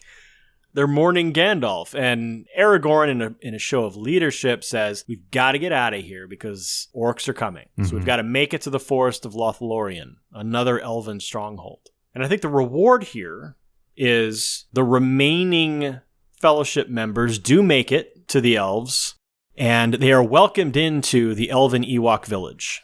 Yes. Given food, a place to rest, and Frodo gets up in the middle of the night and follows Galadriel, played by Cate Blanchett, to a pedestal of some kind. It's the pensieve from Harry Potter. Yeah, yes.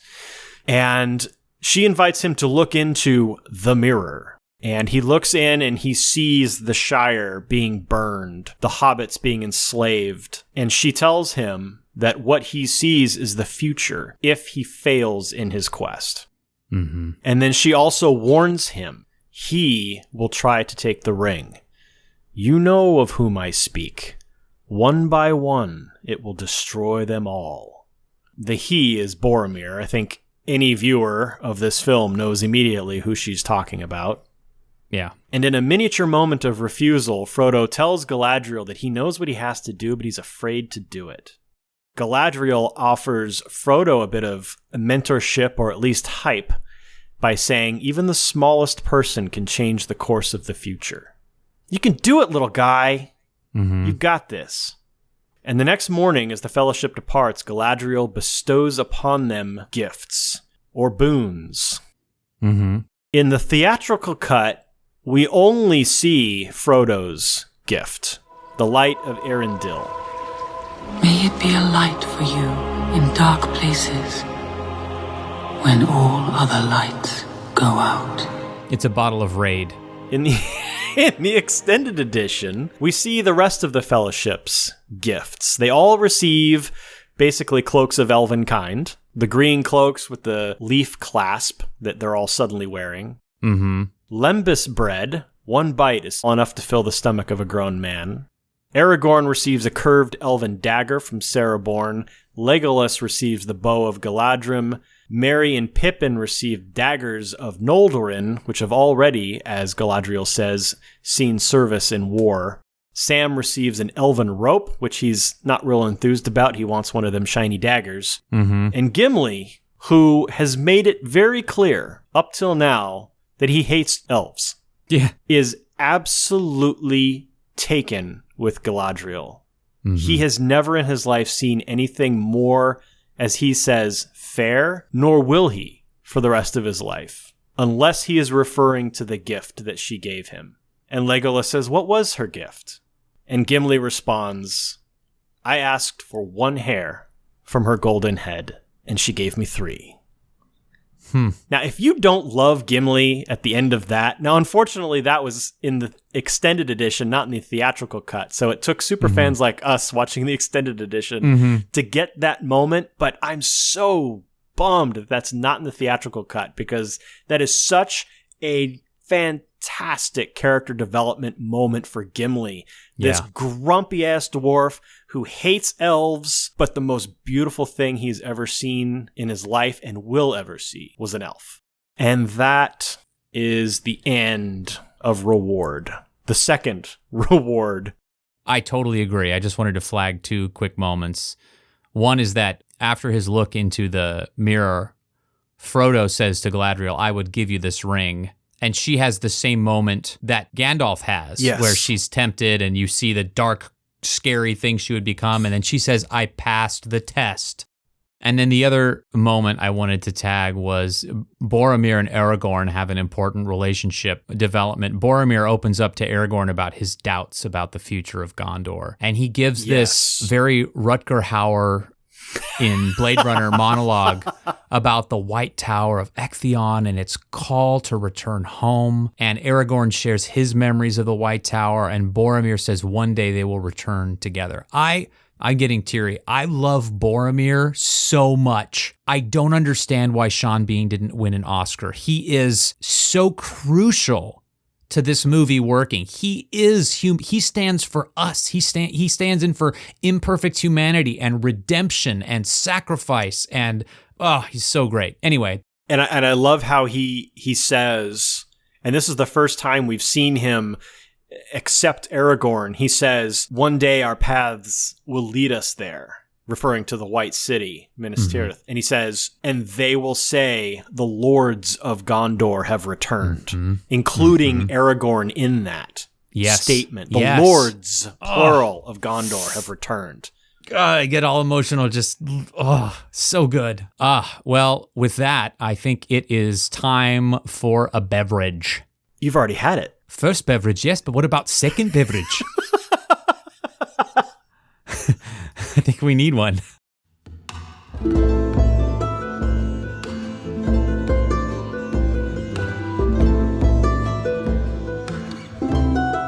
It's time for second beverage.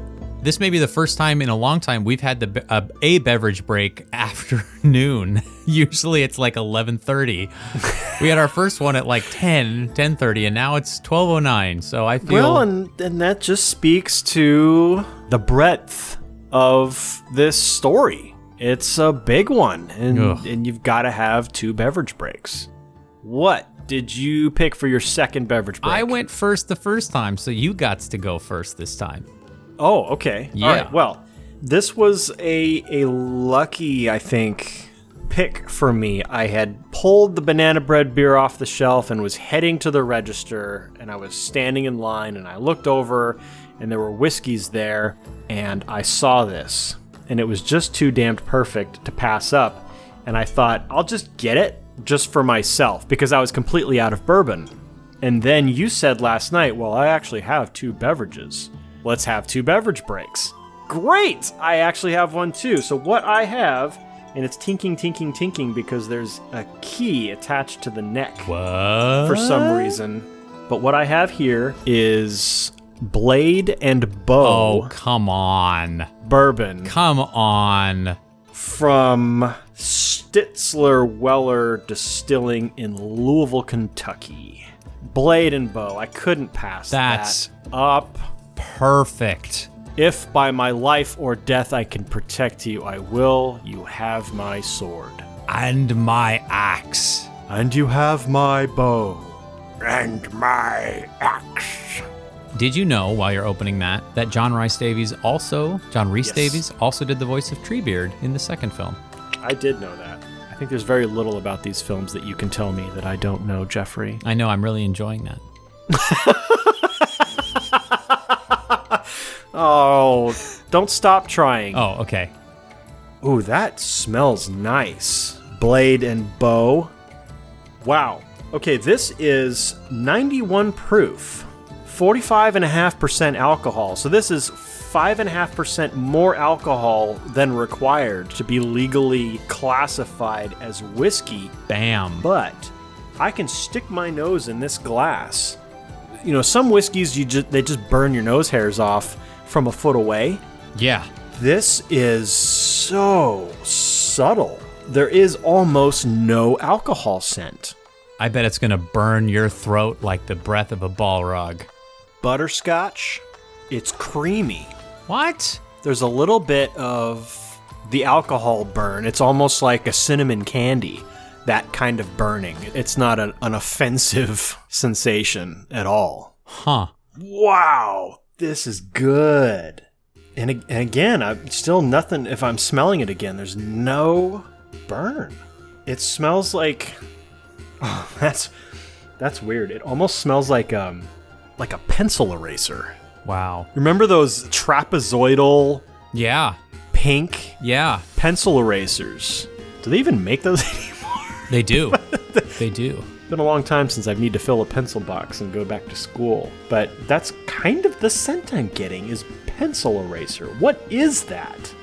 God, I don't know. It's nostalgic. It's not like, ew, gross, pencil eraser. It's like it takes me back to 4th grade. That's crazy, man. Oh, man. Well, while I enjoy this, because I thoroughly am, I want to take my time with this. Why don't you tell me and our fellowship of patrons and listeners what you have as your second beverage? You remember my first choice coincided with Campfire, the instigator of the first ordeal. Yeah. The second ordeal takes place in a mine, which consists of twisty tunnels and deadly chambers and forks in the road. Almost, you might say, a dungeon. Sure. If this were the Dungeons & Dragons campaign, this would be the big bad dungeon. Yes. So I found a beer by Modern Times called Dungeon Map. What? And the printing on the can, awesome. the printing on the can is so small that not only am I using my progressives, I am using a magnifying glass to read to you. The spectacle of West Coast IPA wizardry was lavished with massive quantities of Nelson, Strata, Mosaic, and Centennial hops. Together, this quartet of lupulin-laden stunners yields a soul-stirring symphony of citrus, stone fruit, and tropical character with just enough pleasantly snappy bitterness to really stick the landing. We're pretty psyched about it. We think you might be too. So the IBU is only 60. Oh, it's a vegan beer, Okay. and it is 7.2% alcohol by volume. Wow. And I will be pouring it into my Renaissance Fair mug that my sister Ricky gave me. Nice. It is a glass stein. Look at that. Yeah. With a It's got pewter a dragon. pewter dragon embossed on it. That is And then great. a pattern of Celtic knots on the pewter Good stein lid. job, Ricky. Yeah. Good find. This is my favorite mug. I drink out of it whenever we play D&D. Okay, here we go. Okay, so it's not hazy IPA, but it's not completely transparent either. Yeah. I'm holding it up to the light here. It does look a little hazy. It's got a nice thick head, although that might be my pouring it into this glass poorly. It's very effervescent. The bubbles are rising up. It is Good carbonation. Yeah, it's got a middle yellow to almost amber kind of a flavor. I'm going to pop the lid here. Color, you mean, not flavor. Yeah, color, thank you. Oh, very hoppy and floral. I hate to say this, it's got a little bit of a urine smell to it. Well, remember when I was talking on an earlier episode about how IPAs, to me, have a urinal puck scent? No, I understood what you meant. This doesn't smell like the puck. Oh, this is just actual literal urine. All right, I'm going to taste it. Surprise, it's piss. Okay, so definitely floral, sweeter and less aggressive than, say, a Stone IPA. I'm enjoying what Modern Times is doing. I've had a few of their beers recently, and they've been good. This is a very inoffensive IPA. Ah, might be right up my alley. Yeah, it smells nice. It's got a hint of sweetness that balances the bitterness really nicely.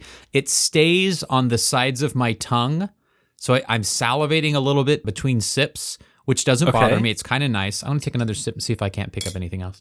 A little acidic then, if it's making you salivate? That's a very drinkable IPA. Nice. I'm kind of a one beer guy, but I could drink 2 of these quite easily. And it's not, it's super aggressive on the alcohol front. So well done Modern Times. This is a really, inoffensive is the wrong term. It's a very drinkable. Approachable? Yes. If someone were trying an IPA for the first time, I might hand them one of these. I will definitely save the next couple of these for our next game. But this is really good. I'm so excited. I got two really good drinks. Yeah, 2 good drinks in one episode. So I am so happy for you. That's great. I highly recommend Dungeon Map by Modern Times Brewing. All right, well, I'm definitely going to need this second beverage as we dive into the one and only Act 3. Act 3 begins with the road back. The hero is pursued by vengeful forces he disturbed when he seized the object of his quest. The story being what it is, the first third of a trilogy, the object of the quest has not yet been seized, and instead of the road back, this is more like the road onward. The goalposts keep changing.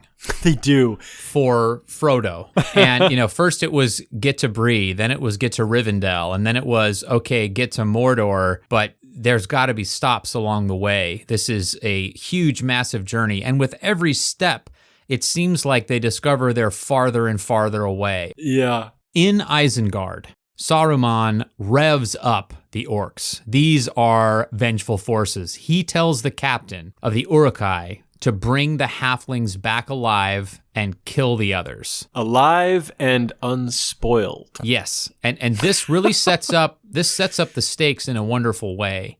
So the party depart in canoes. The orcs are pursuing them on land, just running and running. They pass between the Argonath, which are these statues of old kings of Gondor, who have their hands up as if to say, stop. Right. It's a warding gesture. Yes, they are saying, do not go this way. Do not enter severe tire damage. And this is one of the few moments where we see Aragorn. He is reverent. He wants to see these kings of old, and they pass by. It's a great shot where they pass by the foot of one of these enormous statues, and you get the scope of the history of this realm and how tiny our party is in comparison. And Howard Shore's score, we haven't mentioned it at all yet this episode. We're so busy, we haven't talked about any of that stuff. But he won every Academy Award for this score. It's so beautiful. He really captured the epic journey nature with every single piece. He's got character-specific themes that recur throughout the entire trilogy. I think Gollum's song is one of the most beautiful pieces of music I've ever heard. And this score, as they are canoeing through the gate of Argonath, is gorgeous. I love it. I hear that music and I am immediately transported.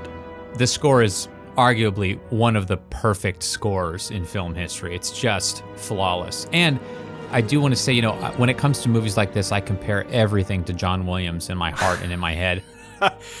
John Williams could not have outdone Howard Shore on this score. He might have done something as good, but I think Howard Shore equaled or surpassed one of John Williams' iconic scores with his score for the entire Lord of the Rings trilogy. Agreed. And what I love about it is it didn't take, sometimes a really good score, I stop and go, God, that's a good score. And this score, it was like noticing the beauty of the photography or the performance of the actors. It was all part of the storytelling, and it didn't distract me at all. It didn't take me, as a musician, my brain is keyed in to hearing music, and analyzing it, it just swept over me. So beautiful. And it's funny because, side note, Ami and I were watching the second film last night, and she pointed out, oh, that's a special kind of violin. It has unison courses. I don't know what that means, but I am infinitely impressed at Ami that she pulled that data out. A violin has 4 courses. This kind of violin, 4 strings. A course is a set of 2 strings tuned either as octaves, so high and low, or in unison. And she was able to hear, oh, that note is 2 unison strings. As soon as she pointed it out, I heard it. I'm like, oh my God. He knew to use that tool. I mean, that's a very precision tool. And he went, or whoever the orchestrator was, says, oh yeah, we got to use that. Anyway, I ramble. So they pull over to the bank and stop to rest, and Frodo sneaks away alone. Boromir catches up to him, and he seems to try to comfort Frodo at first. He says, I know you suffer. And then gently at first, he begins to try to persuade Frodo to give him the ring. Let me lift this burden from you, and Galadriel's warnings ring in our ears. Yes. And Frodo starts to back away, and Boromir lunges for the ring and tackles Frodo. Yeah. And Frodo slips on the ring and goes invisible and escapes. And Boromir's cursing him and all the darkness and the resentment and the his relationship with everything and his father. And it's just you'll be the destruction of us all. Yes, yeah, I mean just lost it. He stumbles and falls, and then Frodo. No. Stumbles and Boromir stumbles and falls. Because Frodo stumbles and falls yet again. Yes, I was going to leave it alone, but you're right. So no, you can't leave it alone. Frodo cannot keep his feet. We're trusting this man with the fate of the world. Frodo falters more than Viggo Mortensen's accent. He falls more than professional soccer players. But he doesn't roll around whining. Okay, anyway. So Boromir stumbles and falls and just falls into the leaves and the dirt, and then he comes up and you see his face and his hair's in his face and there's leaves and just this look of horror and regret and despair. He comes back to himself. He's slightly farther away from the ring's sphere of influence, and he realizes what he's done, and it's just you just see him just crumble inside. So Frodo escapes up the stairs of the temple, still wearing the ring. And he peeks over the wall, and we get this terrifying zoom push in to the tower and the flaming eye of Sauron, and it sees Frodo. There is no doubt they are looking each other in the eye. And Frodo, rips the ring off and falls to the ground. Fall down to the ground again. Yeah. Frodo on the ground again. He's got big feet, man. He's got big feet. You know what? It's like when you're a kid, your feet grow constantly. Right. And you go to the shoe store. You put on your new shoes, but you're not used to the size of those new shoes. So the whole time you leave the door of the shoe store to the car, you're tripping constantly on your new big feet because you're not used to those new big feet. Except the hobbits don't wear shoes at all. They not only that, but they should be used to their big feet by now. They shouldn't have these problems of tripping over their feet constantly. Did the falling thing bother you the first time you watched the movie? No, I didn't even notice it. It wasn't. In fact, and I said at the top, I've watched this trilogy every year, the week of my birthday, since they were available on DVD and now Blu-ray. I didn't notice Frodo constantly falling down until I did this analysis. But why do we fall? So we can get back up. That's right. So, while Frodo's up there, Aragorn finds him. And we think for a moment that Aragorn, like Boromir, is going to be seduced by the ring. It calls his name. It also calls him Elisar, which is his third name, because 2 isn't enough for Stridagorn. Yeah, the ring tries to ASMR Aragorn, too. Yeah, but at the very last moment, as he's reaching for the ring, Aragorn kneels and closes Frodo's hand around it. And he says, I would have gone with you to the end. Into the very fires of Mordor. And Frodo says, I know. That's the cap of the scene. That is the successful conclusion of that trust exercise. Trust exercise? Yeah. Frodo didn't take off running like he did with Boromir. He stood there and allowed Aragorn to come to him and grasp his hands that was holding the ring. Mm-hmm. And Aragorn closed Frodo's fingers over the ring, much like Frodo did at the beginning of the movie when he closes his own fingers over the ring and says, "What must I do?" Aragorn does it for him, acknowledging you are still the ring bearer. That's why it's a trust exercise. Closing hands over things is a motif that recurs throughout the series. Yes, and I have seen it in other films, and it just seems so unnatural. But in this series, I completely buy it. Well, and the problem is you got to have the fingerless gloves, or it just doesn't have the same impact. Fingerless gloves, folding hands over, works. This brings us to the Master of Two Worlds, or the Resurrection. Aragorn looks down, and he tells Frodo to run, and draws his sword. Frodo pulls Sting out of its scabbard, and Sting glows blue. There are orcs about. Aragorn urges Frodo to run, and guess what? As Frodo runs, he falls down again. I'm beginning to think that Frodo has an inner ear infection. Aragorn battles dozens of orcs. Oh, man. Gimli and Legolas join him, and the three of them annihilate an entire cadre of orcs. Frodo is found by Merry and Pippin, who try to urge him to come with them. Mm-hmm. But Frodo shakes his head, and Merry realizes he's leaving. And so the two of them, in their most heroic moment of this film, get the attention of the attacking orcs and lead them away from Frodo's position so that Frodo can escape.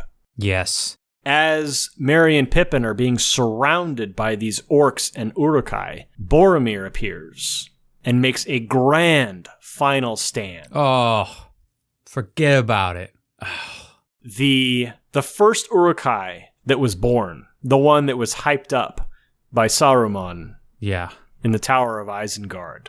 The White Hand skewers Boromir with an arrow that it's like as thick as a javelin. Yeah, it's like this is no normal. It's a broomstick with feathers on it. It's just and it's it really is. That bow is the creakiest. Again, the sound design in this film is worthy of every Oscar that team won. Just every single award. You can feel the wood, you can feel the string.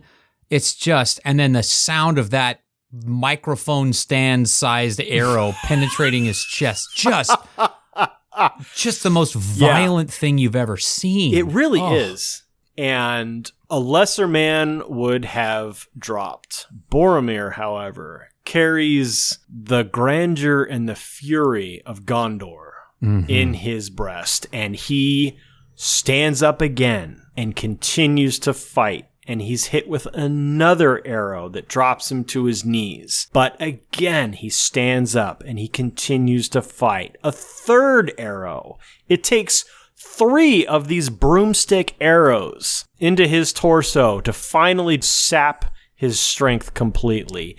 Merry and Pippin are overcome, and they draw their little elven daggers and they try to fight, but the orcs grab them, they abduct them, and just as this Uruk-hai with the creaky bow is about to deal the killing blow on Boromir,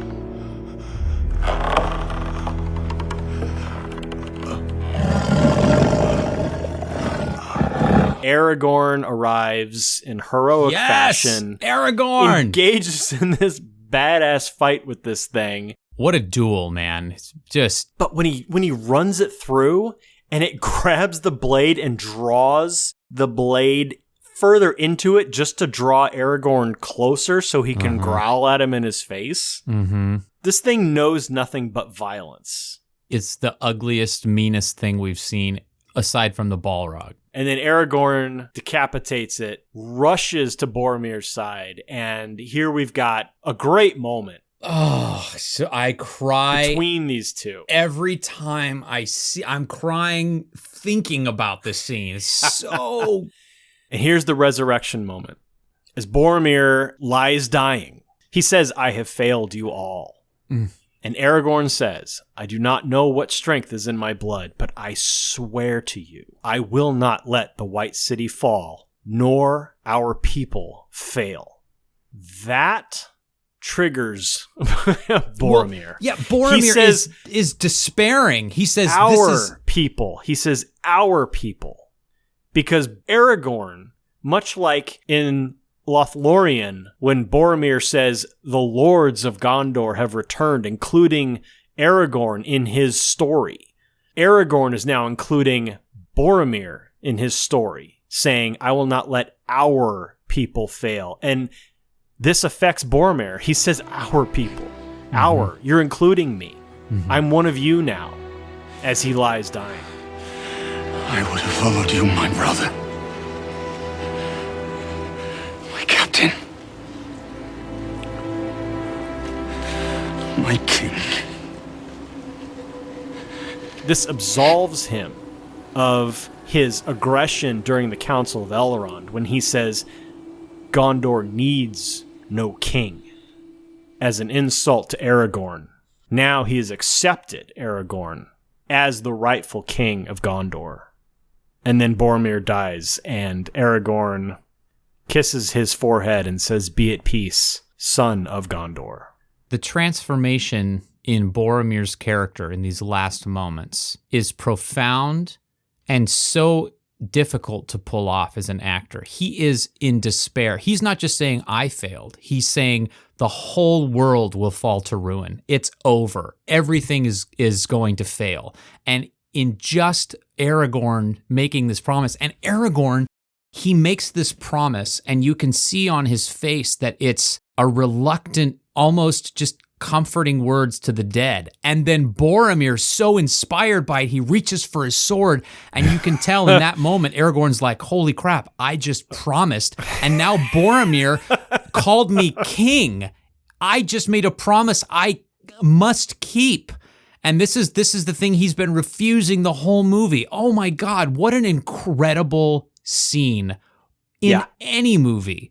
For these two men inside of a 1 minute long scene, inside of a 3-hour movie, to have that much character transformation, all set up and all turned like a pancake in that last moment. Unbelievable writing, acting, filmmaking. We've spent enough time on Aragorn and Boromir. One more scene caps the resurrection, and that is as Aragorn tells Boromir, "I let Frodo go." Frodo has made it to the riverbank, climbed into a canoe, and is in the middle of the river paddling across, intending to go it alone. Sam rushes to the riverbank into the water. Yeah. And at Frodo's insistence, "Sam, please turn back. You can't swim." Sam continues to go deeper and deeper into the water to the point where he is now drowning. He's sinking. Sam can't swim. We're seeing it happen. He is sinking to the bottom of the river, and it is only Frodo who turns back and thrusts his hand into the water and pulls Sam into the canoe. I made a promise, Mr. Frodo. A promise. Don't you leave him, Samwise Gamgee. And I don't mean to. I don't mean to. That is Sam's resurrection. Yeah, and baptism. Well, I don't think it's really a baptism for Sam, because a baptism suggests a change, and Sam is as strong and loyal and resilient start to finish. The only thing that gives Sam any pause is Rosie at the Green Dragon Inn.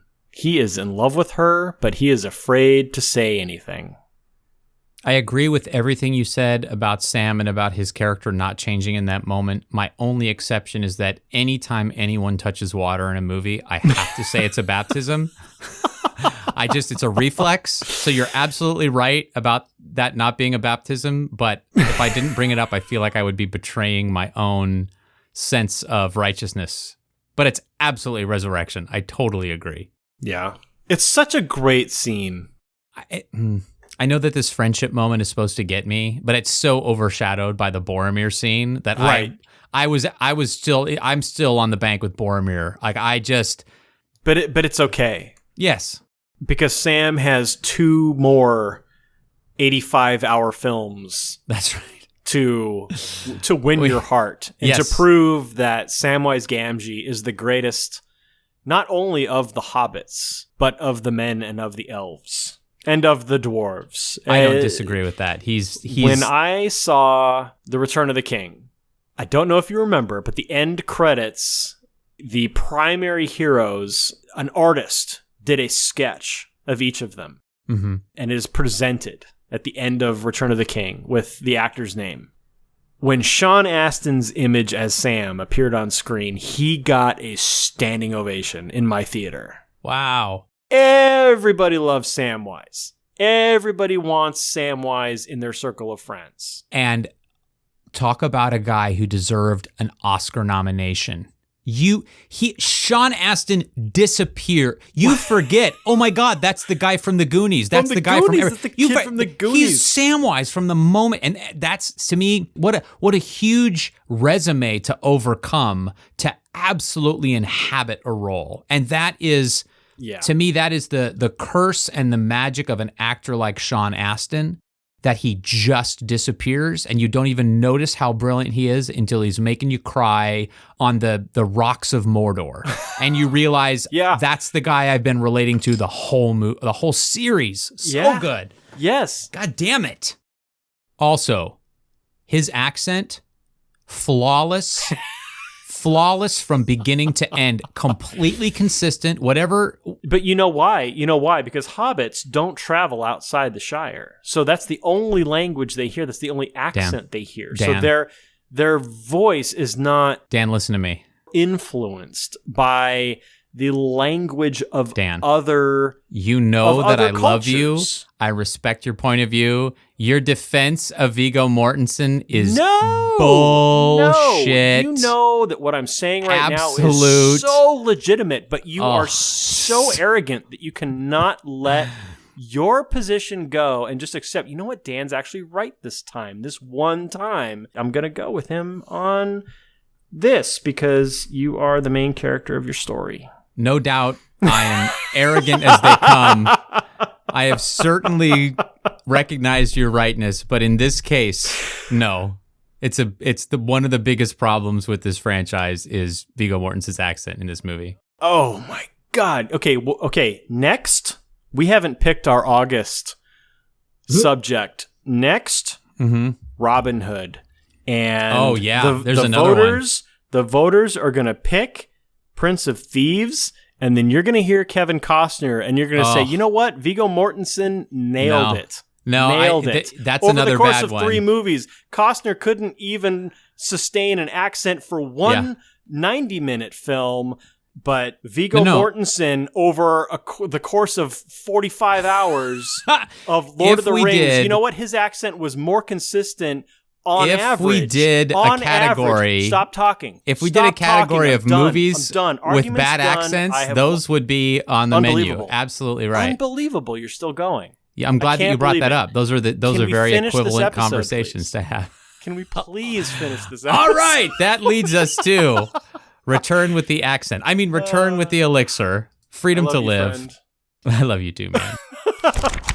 The hero, having won some precious treasure or reward, now returns to the ordinary world to share the spoils of battle. Now, they don't return to the ordinary world because this is only the end of the beginning. Yeah. But Frodo and Sam row away down the river together. Aragorn, Legolas, and Gimli hold a short funeral for Boromir. He's holding his sword to his chest like a proud son of Gondor, and he's lying in a canoe as it goes over the falls of Rauros. Legolas wants to go after the hobbits. Gimli despairs at the failure of the fellowship, but Aragorn rallies them. He says, "We're going to go after Merry and Pippin, and hunt some orc. Yeah. And they are all about it. So Yes. our heroes are reinvigorated. They have a mission now. And at the very end, Sam and Frodo are standing on a peak and they're looking into the distance at Mordor. And Frodo doubts he'll ever see the rest of the Fellowship again. And Sam says they may.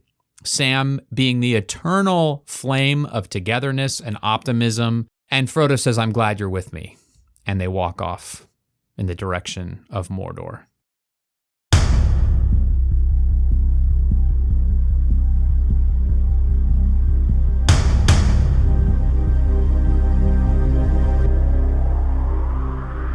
Listeners, thank you for trekking across Middle-earth with us.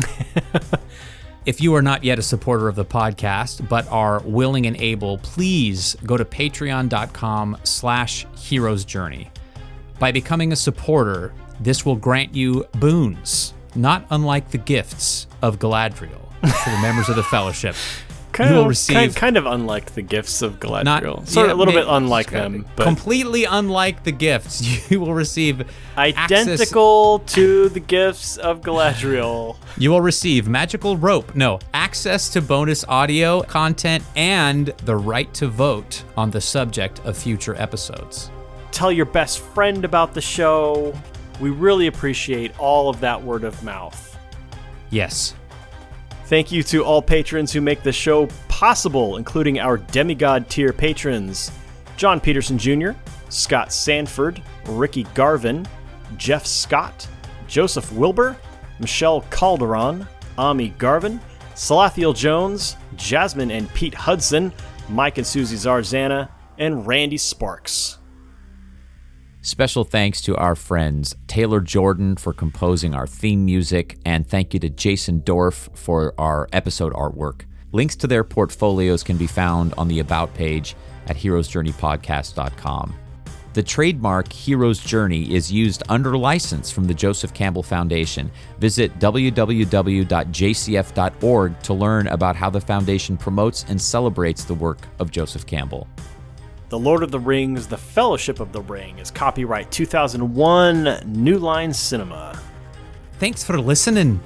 Until next time, Journey on.